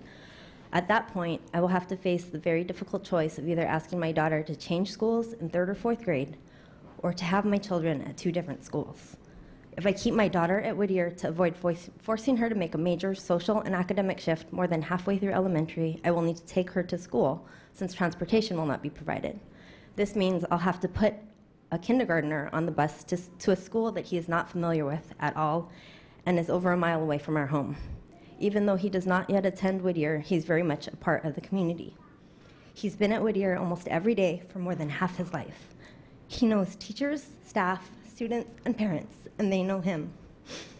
Having him attend Loyal Heights would be just as big a transition for him as it would be sending my daughter there. And how do I explain that she gets to go to Whittier, but he does not? As for me, I would now be part of 2 school committees. I am currently vice president of the PTA at Whittier, but I think it would be extremely challenging on many levels to be anywhere near as involved, if at all, if I'm bouncing between 2 schools and neighborhoods multiple times a day. This hurts not only our family, but the school communities we would be a part of. I know we're not alone in this situation, and it is an impossible decision to put one child's welfare before another's, and yet that is what you are asking us to do with not allowing grandfathering of siblings of families affected by boundary change. Thank you. Thank you. After Gloria Ann Renfro, we will have Allison Osener, Taylor Stahl, and Simon Napas. Ladies and gentlemen of the school board, first I want to thank you for giving me an opportunity to speak. I reside in the area that is part of next year's boundary change to move to Loyal Heights. While I appreciate the grandfathering opportunity, without transportation, it really does put the burden on the parents to then provide transportation for the rest of the child's time at the elementary. We are a 2-income family, and it would be a huge burden on our family to have to provide transportation to and from school for the next 5 years. Jamie just started kindergarten and loves Whittier. Her older sister Bella just left Whittier last year, so she has already spent a lot of time there for various functions and already felt at home before her first day of kindergarten. But I feel that we are being forced to switch since you won't allow for transportation. I've heard the cost estimates to provide transportation, but there must be another way. I would even be willing to walk several blocks into the Whittier boundary and have her catch a bus where there is already a bus stop with other children going to Whittier to catch the bus. And I believe that would offset the estimated cost given. If the bus is already picking up children, one more child at that stop can't make a huge difference in my mind. I think I heard 40,000, but I'm not positive. Another worry that I have about next year is that if Jamie does, for some reason, miss the bus after school, has to go to the bathroom, the bus drives off without her, it's going to be a huge burden for me to come and get her as I commute by bus and don't have a vehicle. So if, I'm just praying that someone's willing to stay at the school with her until I can get there, because I know it will eventually happen. It may not be a regular occurrence.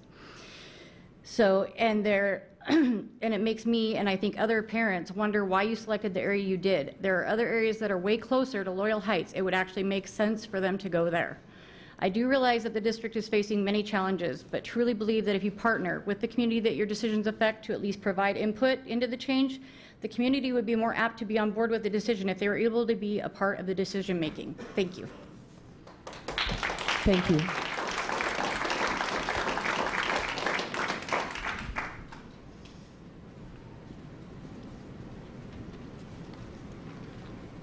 Hi, my name is Allison Osenar, and I also would like to address the issue of the Area 127 being moved from Whittier to Loyal Heights. Like others here, I'm concerned about this decision and feel strongly that it is one the school board should reconsider. I have been a Whittier parent for 6 years, for the last 6 years, and with 2 first graders, I have several more years of elementary school left. I have found that one of the most valuable aspects of attending a neighborhood school is having neighborhood friends. My kids walk to school almost every morning, meeting up with friends along the way, and my now 6th grade daughter, who also attended Whittier, is able to walk to the homes of most of her friends. This proposed change not only almost doubles the distance to our elementary school and requires our children to go from crossing 2 extremely busy streets to crossing 4 of them, it also isolates our kids from their classmates.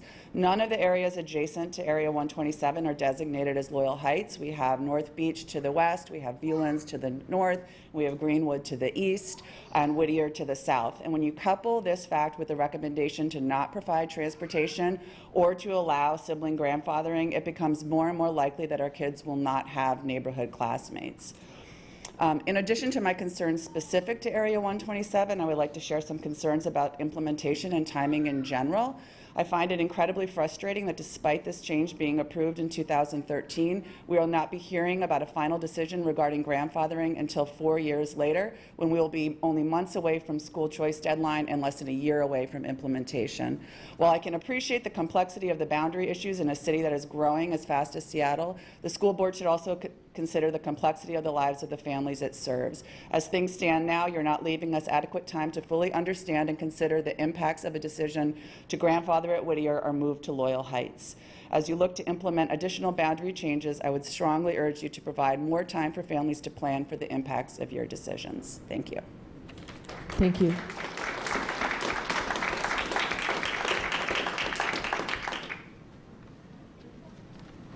Hello. Oh, I'm sorry.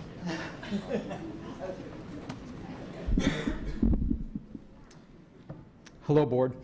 My name is Taylor Stahl, and I'm here to advocate for sibling grandfathering and continuation of transportation for grandfathered students in the Whittier-Loyal Heights boundary change. I'm the father of an enrolled Whittier student and a post-change future enrollee. Our family moved to Seattle in 2013 and had no voice in this decision at the time that it was made. We purchased a home in the Holman Triangle in part due to our access to Whittier. With this change, there's a significant chance that our youngest will not be admitted to Whittier via school choice and will be forced to attend Loyal Heights. Unfortunately, this will force our family into a position of pulling our oldest daughter out of Whittier. Even if both are able to attend Whittier, we won't have the transportation services that we currently rely on to get our kids to and from school every day. These impacts reduce and maybe wipe out the value of grandfathering to begin with for families like ours. I applaud your interest in minimizing the impact of this change to families, but the current plan fails to do so for families like mine who have a high likelihood of being impacted in exactly the way you profess to want to avoid. A real solution to limiting family impact is 100% sibling grandfathering and continuance of transportation for all grandfathered students.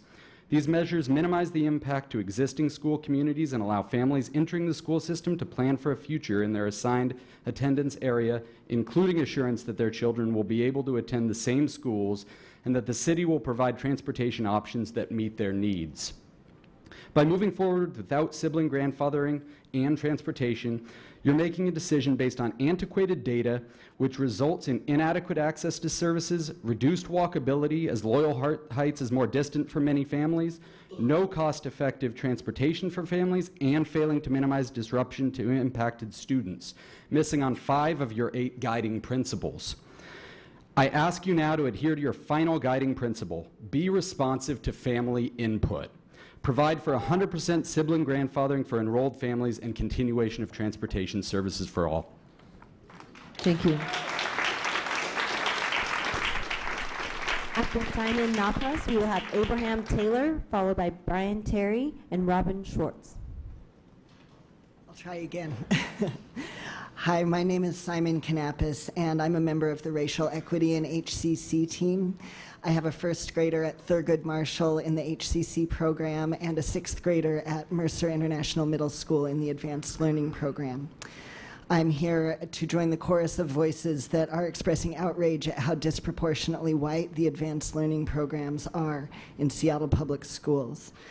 They don't just reflect the institutional racism that we find everywhere. Seattle is doing worse than our neighboring districts.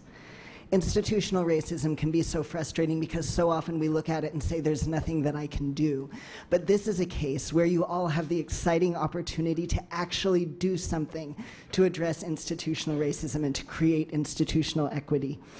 I encourage you to please take the clear, concrete steps that have been outlined by the Racial Equity and HCC program.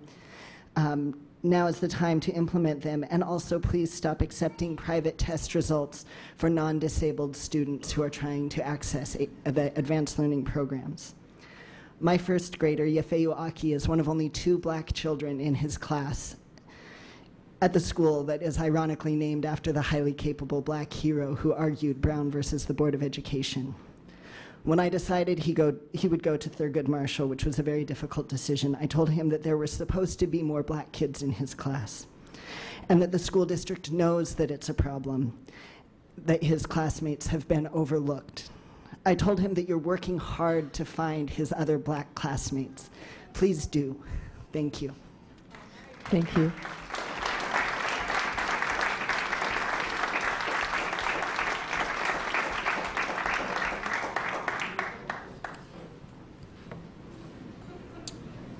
Wow.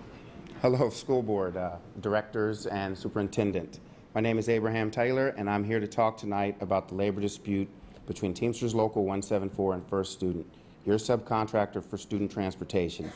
The dispute has reached a boiling point, and this group is on the brink of a strike that would create havoc for Seattle families. None of us want that to happen, and so we are asking your help in resolving this situation as quickly as possible. First Student has not bargained in good faith with these drivers. They made promises last year that once they were able to get a new contract with the district, they would be able to address our members' very real concerns about affordable health care and retirement.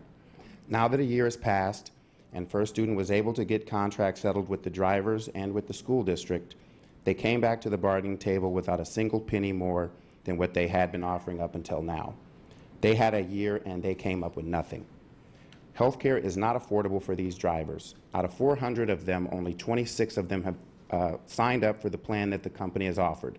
And the new plans that First Student brought to the bargaining table were even worse. To be clear, the vast majority of the people that transport our most precious cargo, our children, do not have quality, affordable health insurance. First Student has committed multiple violations of the National Labor Relations Act while attempting to bargain this contract. We have filed several charges with the NLRB, and even just today a new charge was filed because First Student has been attempting to intimidate our members, an illegal act under the law. You, the board members, have a responsibility in this situation. This is your contractor. You hired them. They are treating a unionized workforce this way, and it won't continue. You can look at these drivers and say, I'm not your employer. I can't do anything about this, but that is an abdication of responsibility that we will not accept. You can do something about this, and you need to. Thank you for your time. Thank you.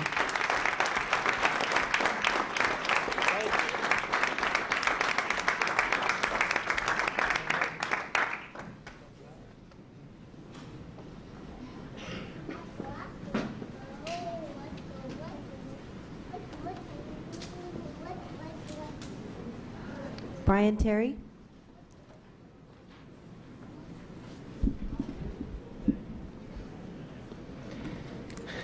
Good evening. In our district, a white student is 20 times more likely than a black student to qualify for HCC. Thanks to universal testing, we now know why.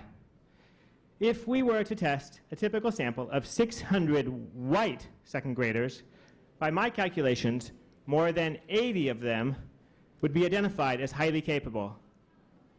However, when we tested 600 black second graders at underprivileged schools, only 6 of them were identified as highly capable.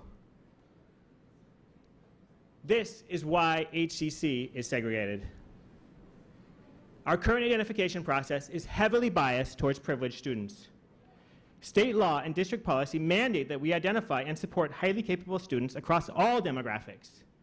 To do this, we must change our identification process to remove extreme bias towards privileged students. Universal test results show us the impact of privilege on test scores. We can account for this and look for other ways to identify underprivileged, highly capable students. This will produce a much more diverse cohort of highly capable students. To meet their more diverse needs, will require changes to the service model. This is the only way we can desegregate HCC, remove bias from the identification process, and adapt the service model to meet the needs of all highly capable students. Thank you. Thank you.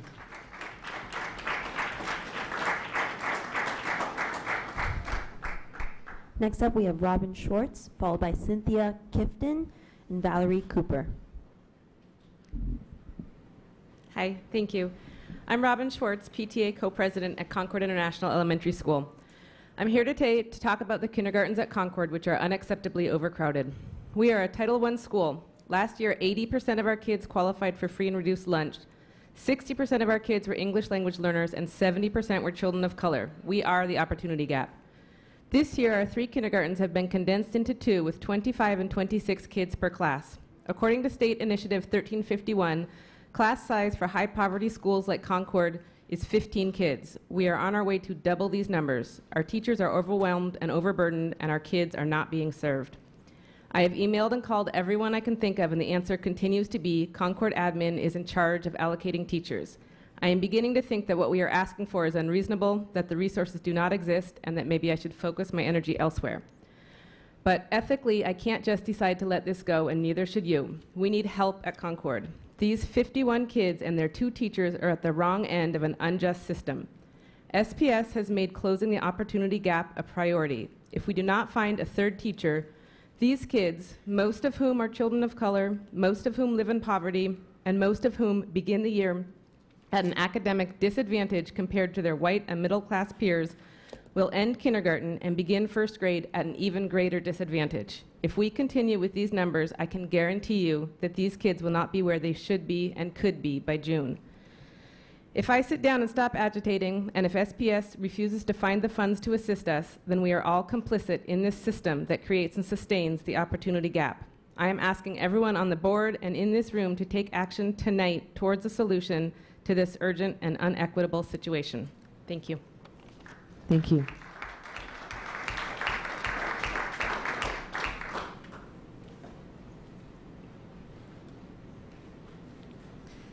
Good evening. My name is Cindy Niffen. I'm the parent of a 2nd grader at Hawthorne Elementary and a teacher in the Highline School District. I'm here to ask you to act now for greater racial equity in SPS's advanced learning programs because I believe it is a social justice issue. In my work as an ELL teacher, I've consistently seen students who come into school with a home language other than English perform at a higher academic level than their monolingual peers once they've acquired enough English to be proficient bilinguals. However, many of these bright, incredibly capable ELL students are excluded from high-cap programs because of barriers such as limited parent availability and biased language-dependent tests. Seattle Public Schools says it is committed to closing the opportunity gap. I applaud you for your recent efforts to extend universal testing to all Title I and high ELL population schools and for translating the referral forms into multiple languages. I urge you to continue the work of removing barriers to the high-cap program by 1, extending universal testing to every 2nd grader in the district, 2, conducting all follow-up testing during the school day. Highline and many other districts do this with minimal impact on school schedule. And 3, using a test such as the Naglieri Nonverbal Abilities Test, which provides unbiased scoring regardless of students' primary language, socioeconomic status, or educational history.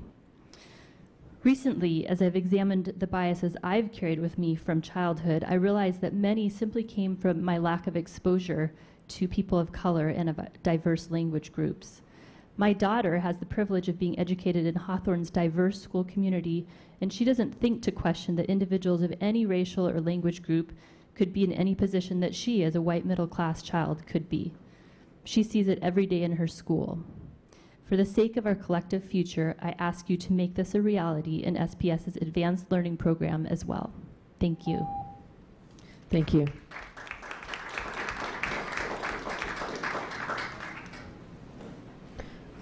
After Valerie Cooper, we will have Sarah Coulter, followed by Georgie Nickerhelm and Kate Poe. Hi, in front of you, you have enrollment data from the McClure cluster. There are currently about 980 students in the kindergarten 1 and 2 grade levels at our K-5 elementary schools. That is approximately 980 kids in 3 grade bands. All of those kids are going to McClure, which holds 600 students. That would require an attrition rate of 38%. Recent attrition to middle school has been approximately 20%. I did a survey of about 300 families, and our rates of estimation showed about 15 to 20% attrition rate. If you recall, SPS projections routinely show an additional 20 students at McClure Middle School by 2020. If this doesn't show immediate need, I don't know what does. So on to Fort Lawton. SPS does in fact qualify through the Department of Education for athletic fields, environmental education, maintenance facilities, and the hope for funds for an eventual school at the site. Future student growth is a valid indicator of immediate need. We do not yet know if the city will collaborate with SPS. Word is that the city now has an immediate deadline that will not allow any changes. This seems questionable, and at the very least should have been communicated to the district as a sign of respect. Also, why does adding a school use delay the EIS process substantially? It requires several sentences about a description about what is required. If the city is purposely denying the school board the opportunity to collaborate, we have several questions in front of us. I would not leave the hope of this project without an extremely vetted assurance for another project. The question of 40 acres and a process starting in 2018 is a pipe dream and something that we don't know has any teeth. But if the city is going to go against their own school board and their overwhelming community feedback, we must ask the question I often receive is this how our city functions? Thank you. Thank you. Sarah? Georgie?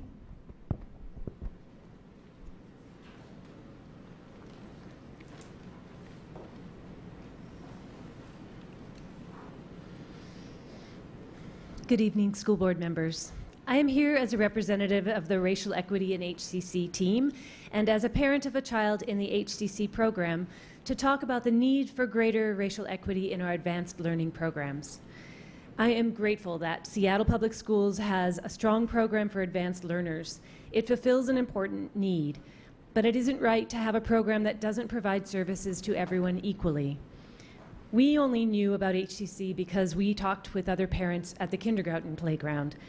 The experienced parents told me about how the testing worked, about where to find the application, and that I had to be sure to submit it by a certain date. I looked around and wondered, why aren't the kids simply tested at school, where every kid could be tested? I think it would help increase equity if we created an HCC presence in schools so that families of color learn about and gain trust in the program. And if kids are tested at their own school or as part of another test that they're already taking, underrepresented families would more easily find their way to HCC. Also, if the district holds the line against families with means by saying private test results are not allowed, it could balance the playing field and mitigate the overrepresentation of white families in the program. Thank you for supporting equity in the HCC program. Thank you. Kate?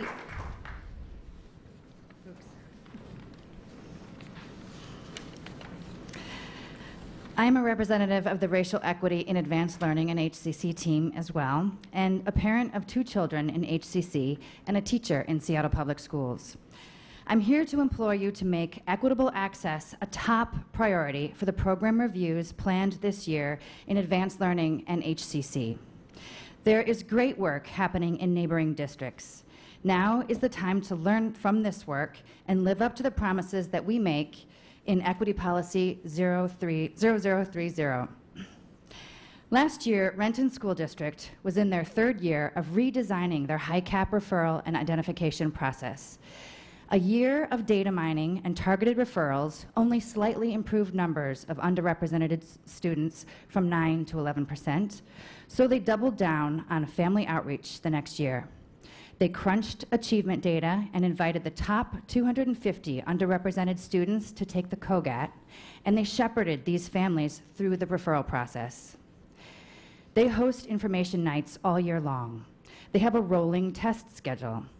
They test students in their schools. They use only the COGAT screener to identify 2nd graders in universal testing. They prepare teachers to manage rigor in diverse classrooms, and they have an exit process when advanced learning is not serving a student's needs. They have a sense of what the numbers should look like if there was proportional representation, and they use these numbers to set goals. The burden is on the district to find students and serve them, and not on parents to navigate complicated hurdles and loopholes or scale the castle walls, as we say at MLK Elementary where I teach. Fixing this broken piece of advanced learning, this piece that hinders access to educational equity, the piece that protects privilege and enforces shocking racial segregation in our schools, we will undoubtedly learn lessons about trust, potential, and community that we could apply in all corners of our district. Thank you. Next up, we have Sabrina Burr, followed by Emily McKeon and Natasha Boswell.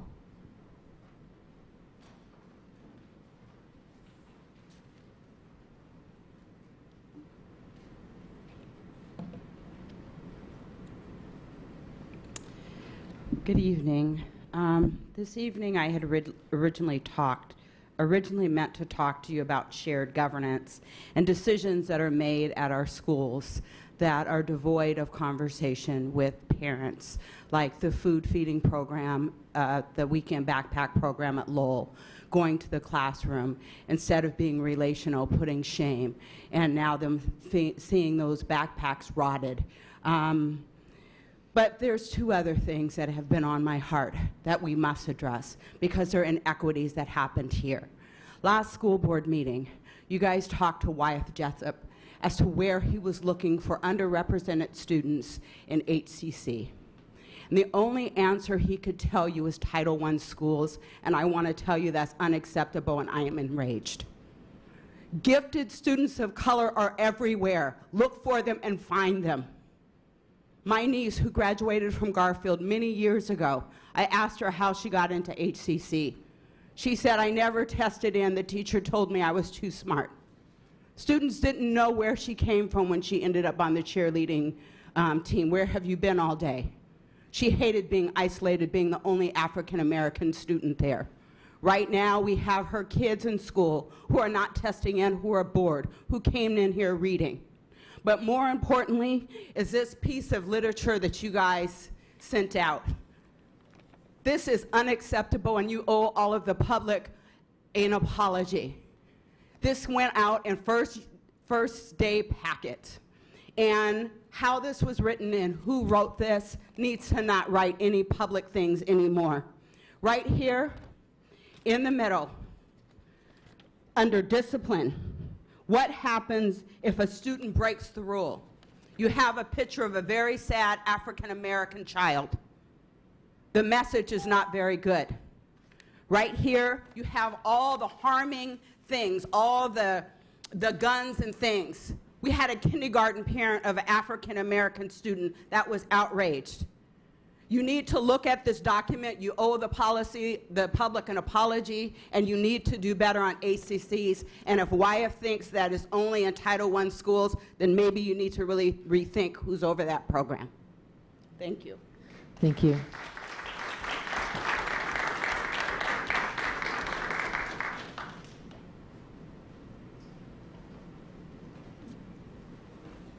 Hi, I'm Emily McKeenan, and I'm going to cede my time to John Q. Hi. I wanted to talk about open data, government transparency, and civic activism in a collaborative way. I'm a new parent at Blaine. My son just started in the kindergarten program, and I'm excited to be part of this district. One of the things that I'm concerned with, as is everyone, is the capacity planning issues.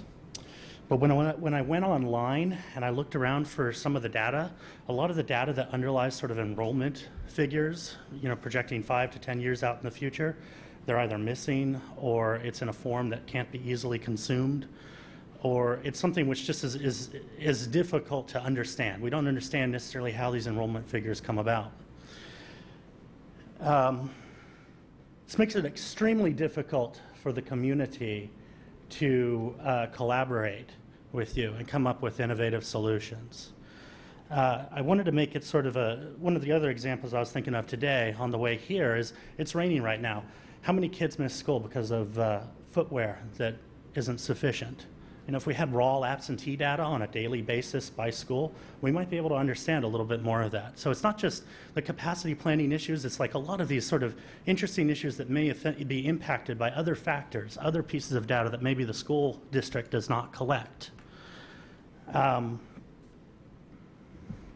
We need the data, and I'd like actually the first act of the new CIO to be publishing extensive data on capacity planning issues, things like that, to make it easier for us to collaborate with you.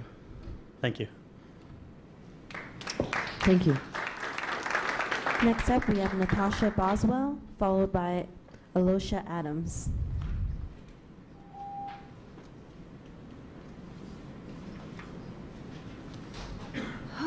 Hello. Thank you. First, I wanted to say thank you for listening to us over the past couple of months. And thank you for unanimously, even those with hesitation and really good questions, for voting to request to be a part of the EIS during the last school board meeting. I would like to highlight that we have not been asking for the school to replace low-income housing. We've been asking to share the space. To learn that the superintendent claims less than 24 hours later that we do not qualify is disappointing, to say the least. And I also want to add in that Magnolia does not only consist of rich white families. I am a teacher, my husband is a black firefighter, and we have biracial children. This is not a NIMBY issue for us, for our family, and for many others like us that currently live in the Inner Bay Magnolia area. The idea that we do not qualify is something that we've been countering for months, and as a community, we would like to push for accurate enrollment planning. Sorry, I'm sick. At McClure currently, where I also teach, our 8th grade class, we have 165 students. The kindergarten class within the McClure boundary area has 317. In 1st grade, there's 323. In 2nd grade, there's 333. Additionally, our registrar at McClure has a substitute call all the potential families throughout the summer to find out the numbers instead of depending on current enrollment projections. We will continue to fight for this land, and we appreciate your assistance, and we would like to request for an updated enrollment system. Thank you. Thank you. Alosha?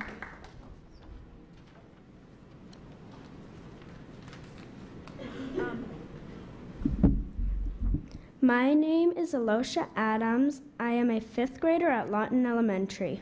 First of all, I would like to thank the board for voting unanimously to acquire part of the land at Fort Lawton. It is a great decision. However, there is still a lot of work to be done.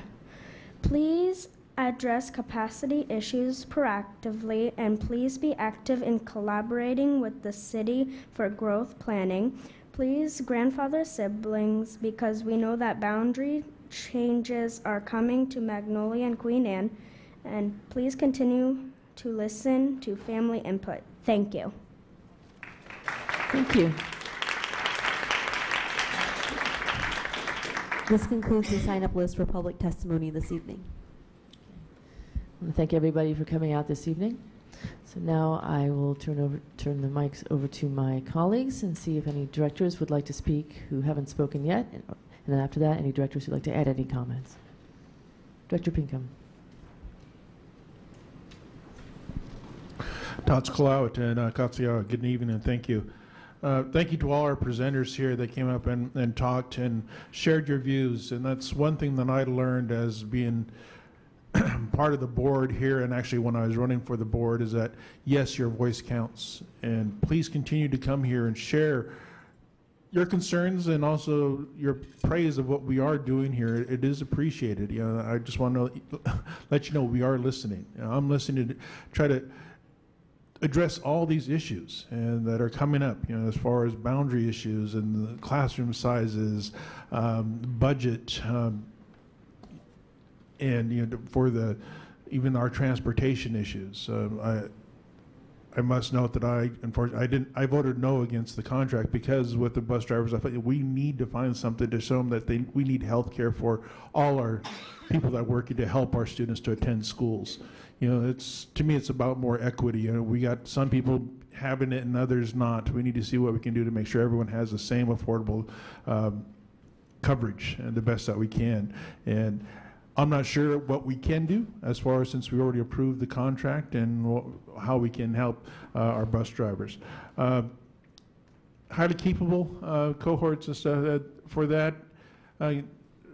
Director Burke kind of shared, you know, is this something, do we get rid of it? And so, and at the high school level, and to continue it. And I too have concerns about, you know, where we're having the system that tests people and then says these people are above these others, and there's some cultures that no, I don't want to be put above.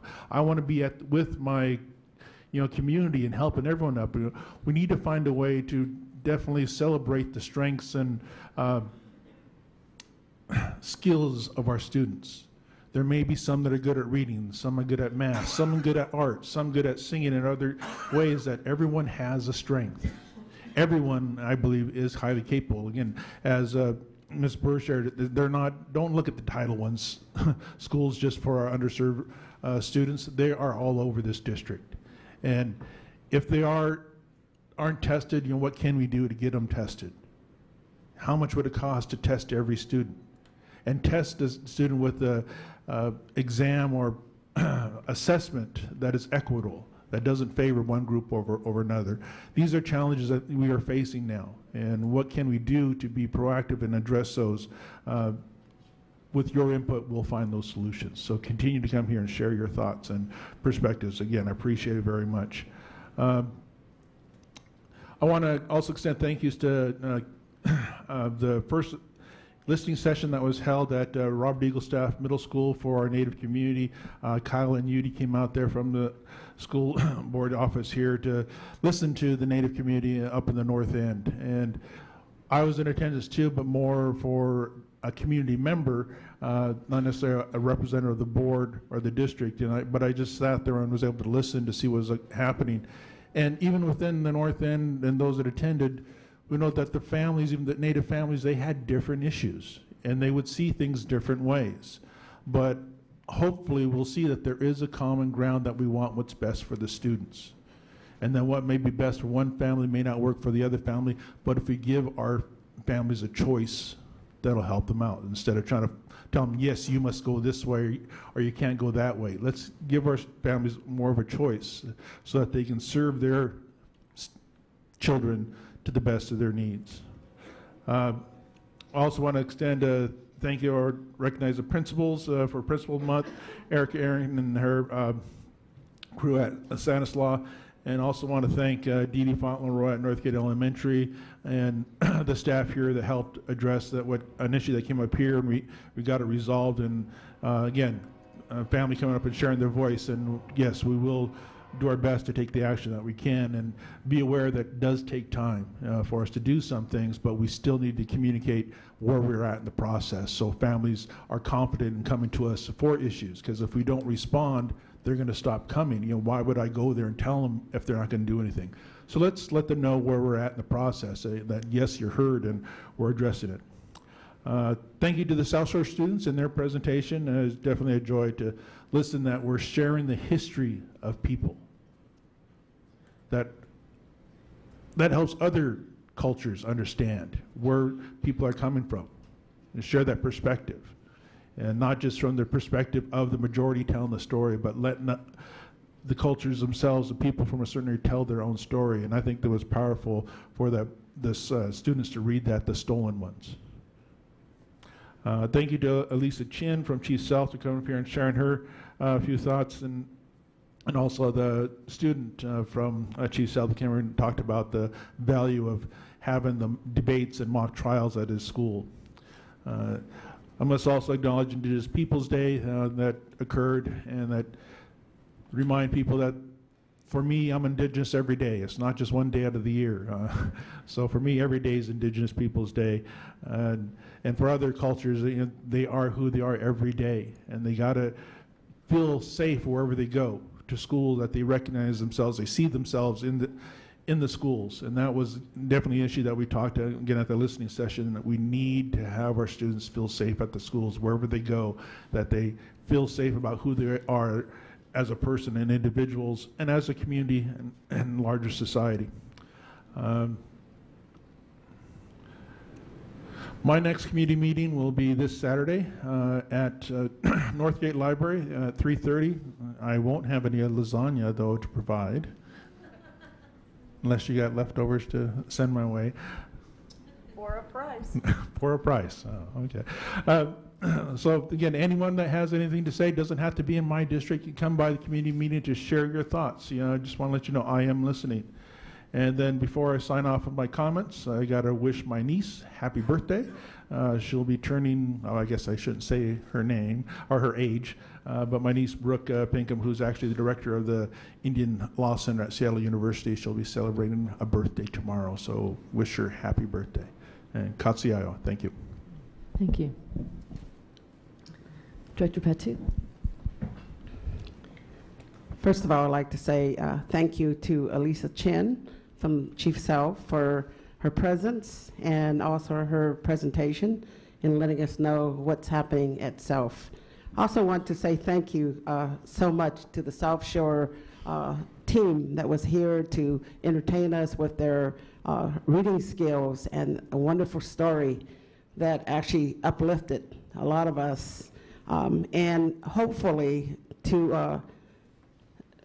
I would like to just go home again and just read this book all over again and really let it sink in, because it's a wonderful story, and it's also very educational in terms of a lot of us who actually have left our country from many years ago and some of us forgot what our culture was all about. And this kind of remind me of who I am and what is my purpose within where I am today, and then also continue on to teach my grandchildren about our culture, because a lot of our kids have actually forgotten who they are and not even know what the language is. So this is a really great reminder of us, of where we came from, and how do we come back and remind our students of the wonderful culture that they're from and the language that they learn. I also want to say congratulations to all the principals for this is Principals Month, for all the great work that you're doing. Without you and your leadership, our schools will not move forward the way it is today. There's a lot of wonderful things that's going on in various schools across our district, and I thank you for your leadership. I also want to say thank you to Stanislaw for your presentation. Very much appreciated. And letting us know the great success that's happening at your school. As some of us who actually are from different districts, it's always wonderful to hear about what's going on in various schools in different districts, so we can share the success and really know that everyone is moving in the right direction. I also wanted to say that this has been quite a very busy week. For some of us who are running for re-election, it's an overwhelming week, because not only we have to work in that area, but also at the same time make sure that we don't that we do our duty as board members and continue on our duties, so we still be updated in terms of what we're supposed to do. But I just want to say that serving on Seattle Public School Board is probably one of the most exciting things for me as a board director, because it gives us an opportunity to look at education from a whole perspective. And what is it that we can do as board director to either change or make things better for families and their children, even though that some of us don't always know what goes on the other side of the district. But at the same time, being here sitting up here and listening to all the various stories and what's happening in different areas, it really gives us a good opportunities for me to know that there's great work going on in all the different districts, even though sometimes it not go the way we want it to, but at the same time, we hear and we listen as board directors, and we want to make sure that all our students across the district are getting the same opportunity that all the other kids from the other district are getting. So thank you for all the work. Thank you for the parents and community for your support. And without our working together, we can't make things happen as we are right now. And like I said, the most important thing is actually supporting our students to make sure that they are successful. I also would like to thank some of our students that came tonight to talk about the needs of their schools. Yes, Rainier Beach needs a renovation, and hopefully that soon we'll get a renovation for Rainier Beach. Everywhere I go, people tell me, what is up with Rainier Beach? It's still not renovated yet. Well, we're still saying that Rainier Beach hopefully soon will be renovated, so that way we can see a beautiful school next to the lake, and people and our students will be able to be proud of Rainier Beach High School because it's needed. So we will continue on to push for renovation for Rainier Beach. We don't know when yet, but at the same time, hopefully it'll be done anytime soon.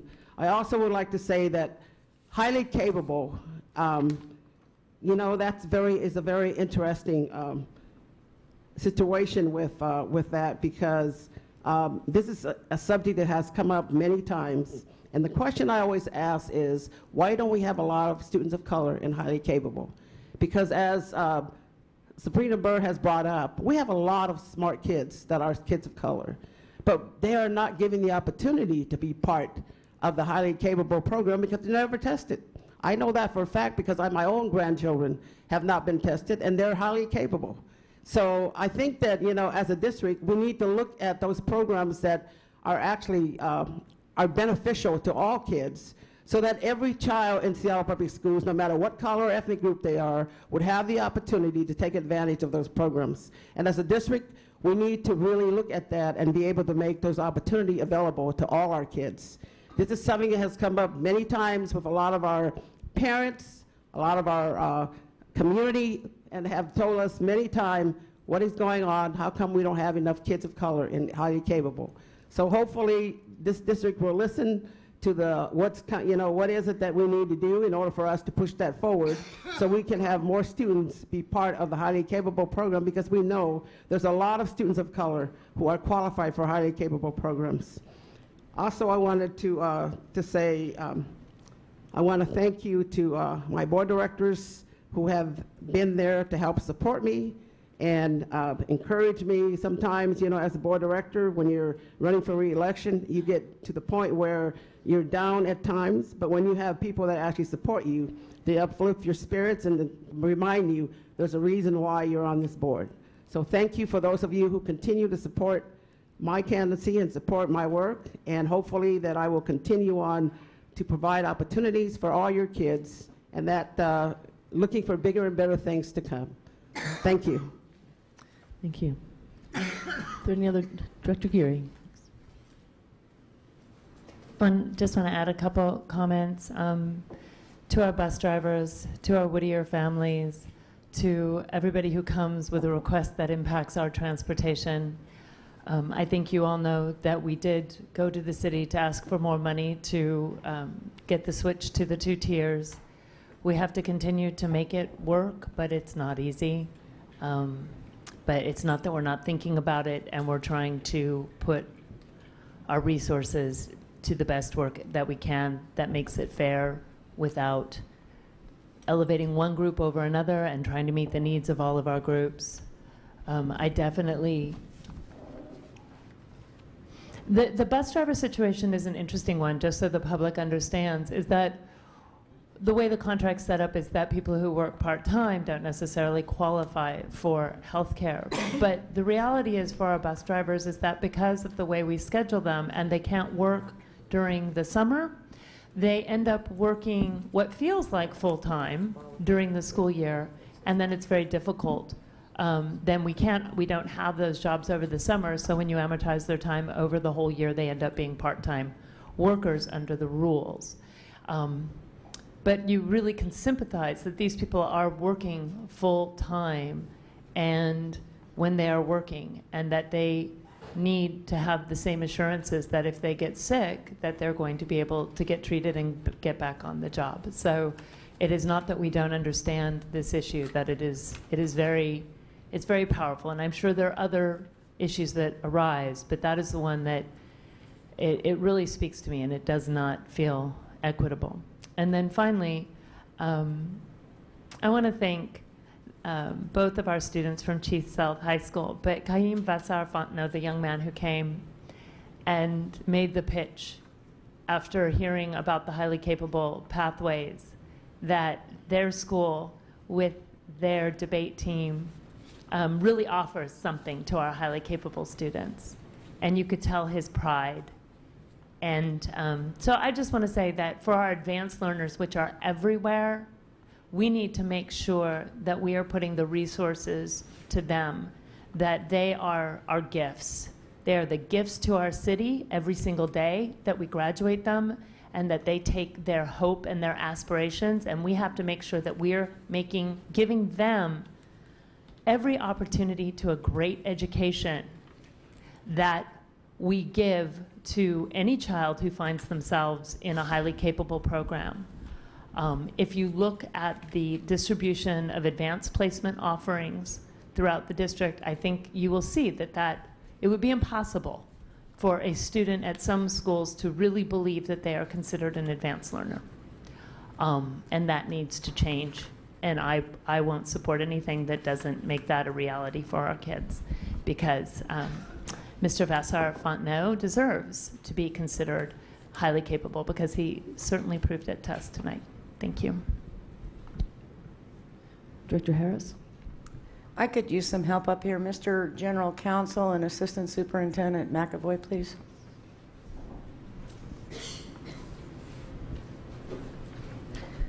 Mr. General Counsel, would you yell stop if I step over the line and I create an unfair labor practice here? Certainly. Thank you, sir. My feet are small, they both fit. When we put out the contract for our bus services, did we not meet at some length to speak to the issues of retention of good drivers and benefits? And did we not give additional points during the RFP process for that very issue? I can think of 2 or 3 meetings.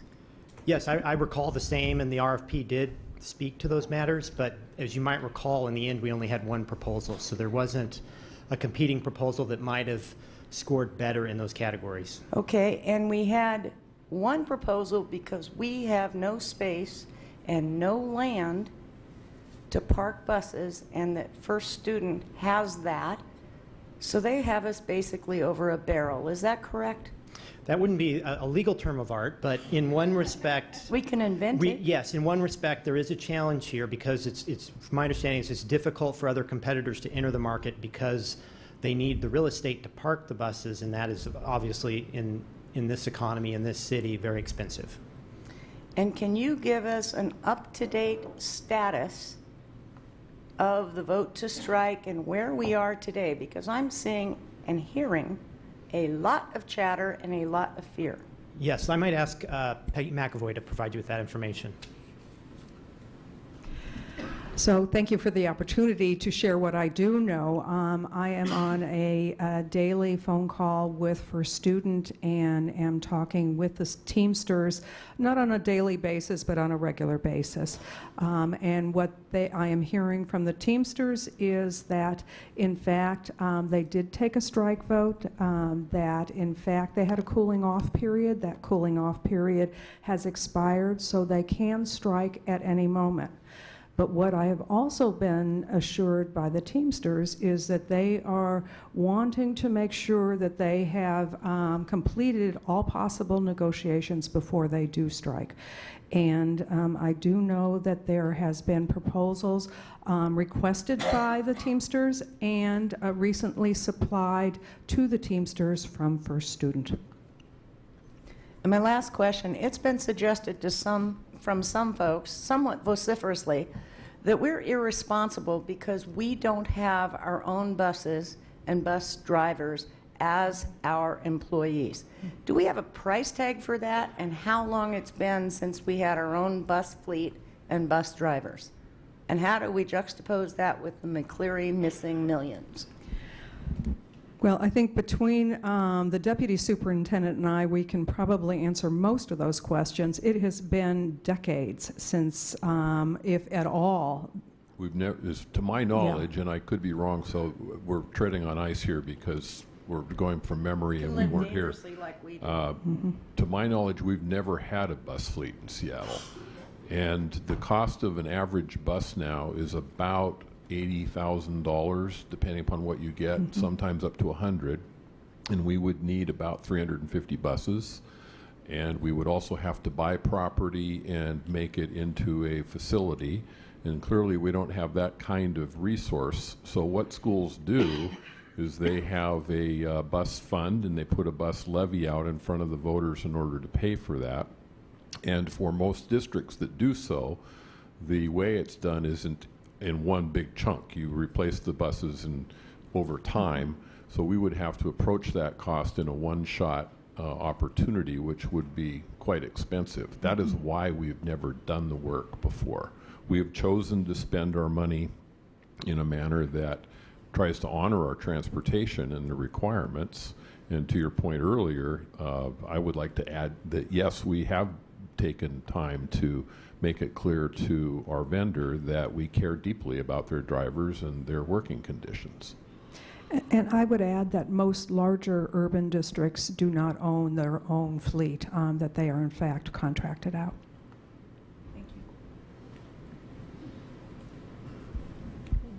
you. Any other comments? Okay, then I guess I'll close it out with my comments. Again, thank you all for coming out tonight and bringing with you all the different issues that we need to be aware of.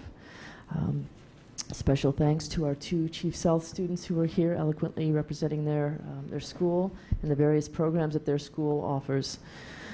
Let's see, a couple of things. I do have a community meeting coming up, and I see that the time is incorrect. I think I might have misstated it before. It's going to be on Sunday, the 29th of October, from 3 until 4:30 at the Magnolia Library.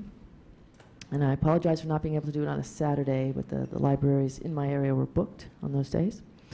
Our internal auditor, Andrew Medina, is going to be presenting a white paper at the Council of Great City Schools conference.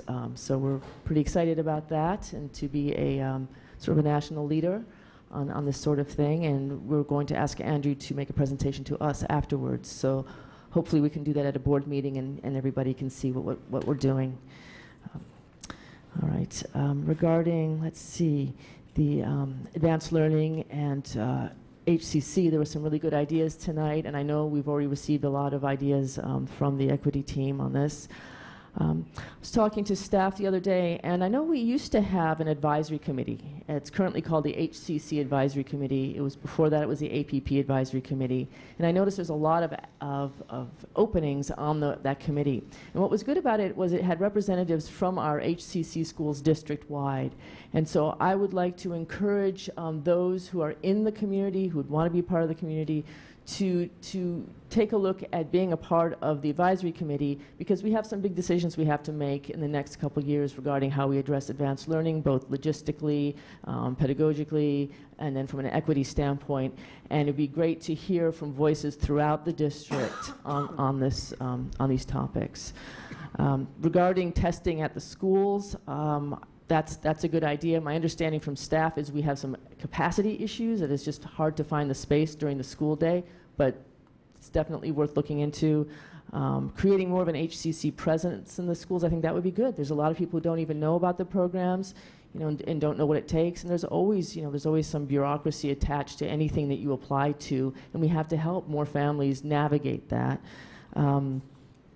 I'd like to encourage all of you who care about these issues to pay attention to the board calendar, because we recently just had a work session on advanced learning and the program evaluation, and it would be great to have folks show up for those meetings. And it's one where you sit in the audience and you get to hear what we're doing, but we're just hashing out some things right there, and it's going to be very, very informative.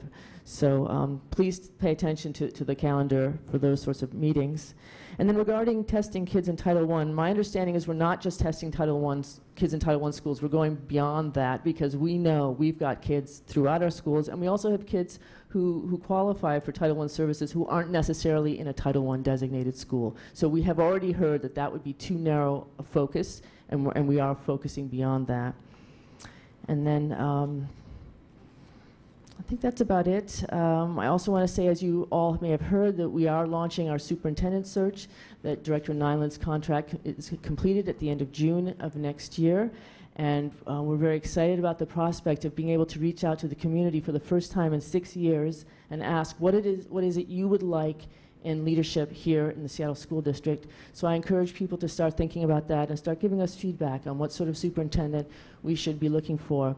I understand that in the past, there have been some people have not been super happy with the process and possibly even the results, and this is in the past. And we want to do things a little bit differently. We want to find somebody who really is tuned in and who can take us forward and build on the work that Dr. Nyland and the staff and the board is currently doing. And so it's an exciting time, and we're trying to do things in an organized, planned manner, so we don't have to choose a district leader in a time of crisis and duress, which is too often has been the case in recent years. So thank you all in advance for your input on that very important topic. And at this point, I'd like to have the board take a recess for 15 minutes, and then we'll resume at, looks like about 5 minutes to 7 for the next portion of our agenda. Thank you all.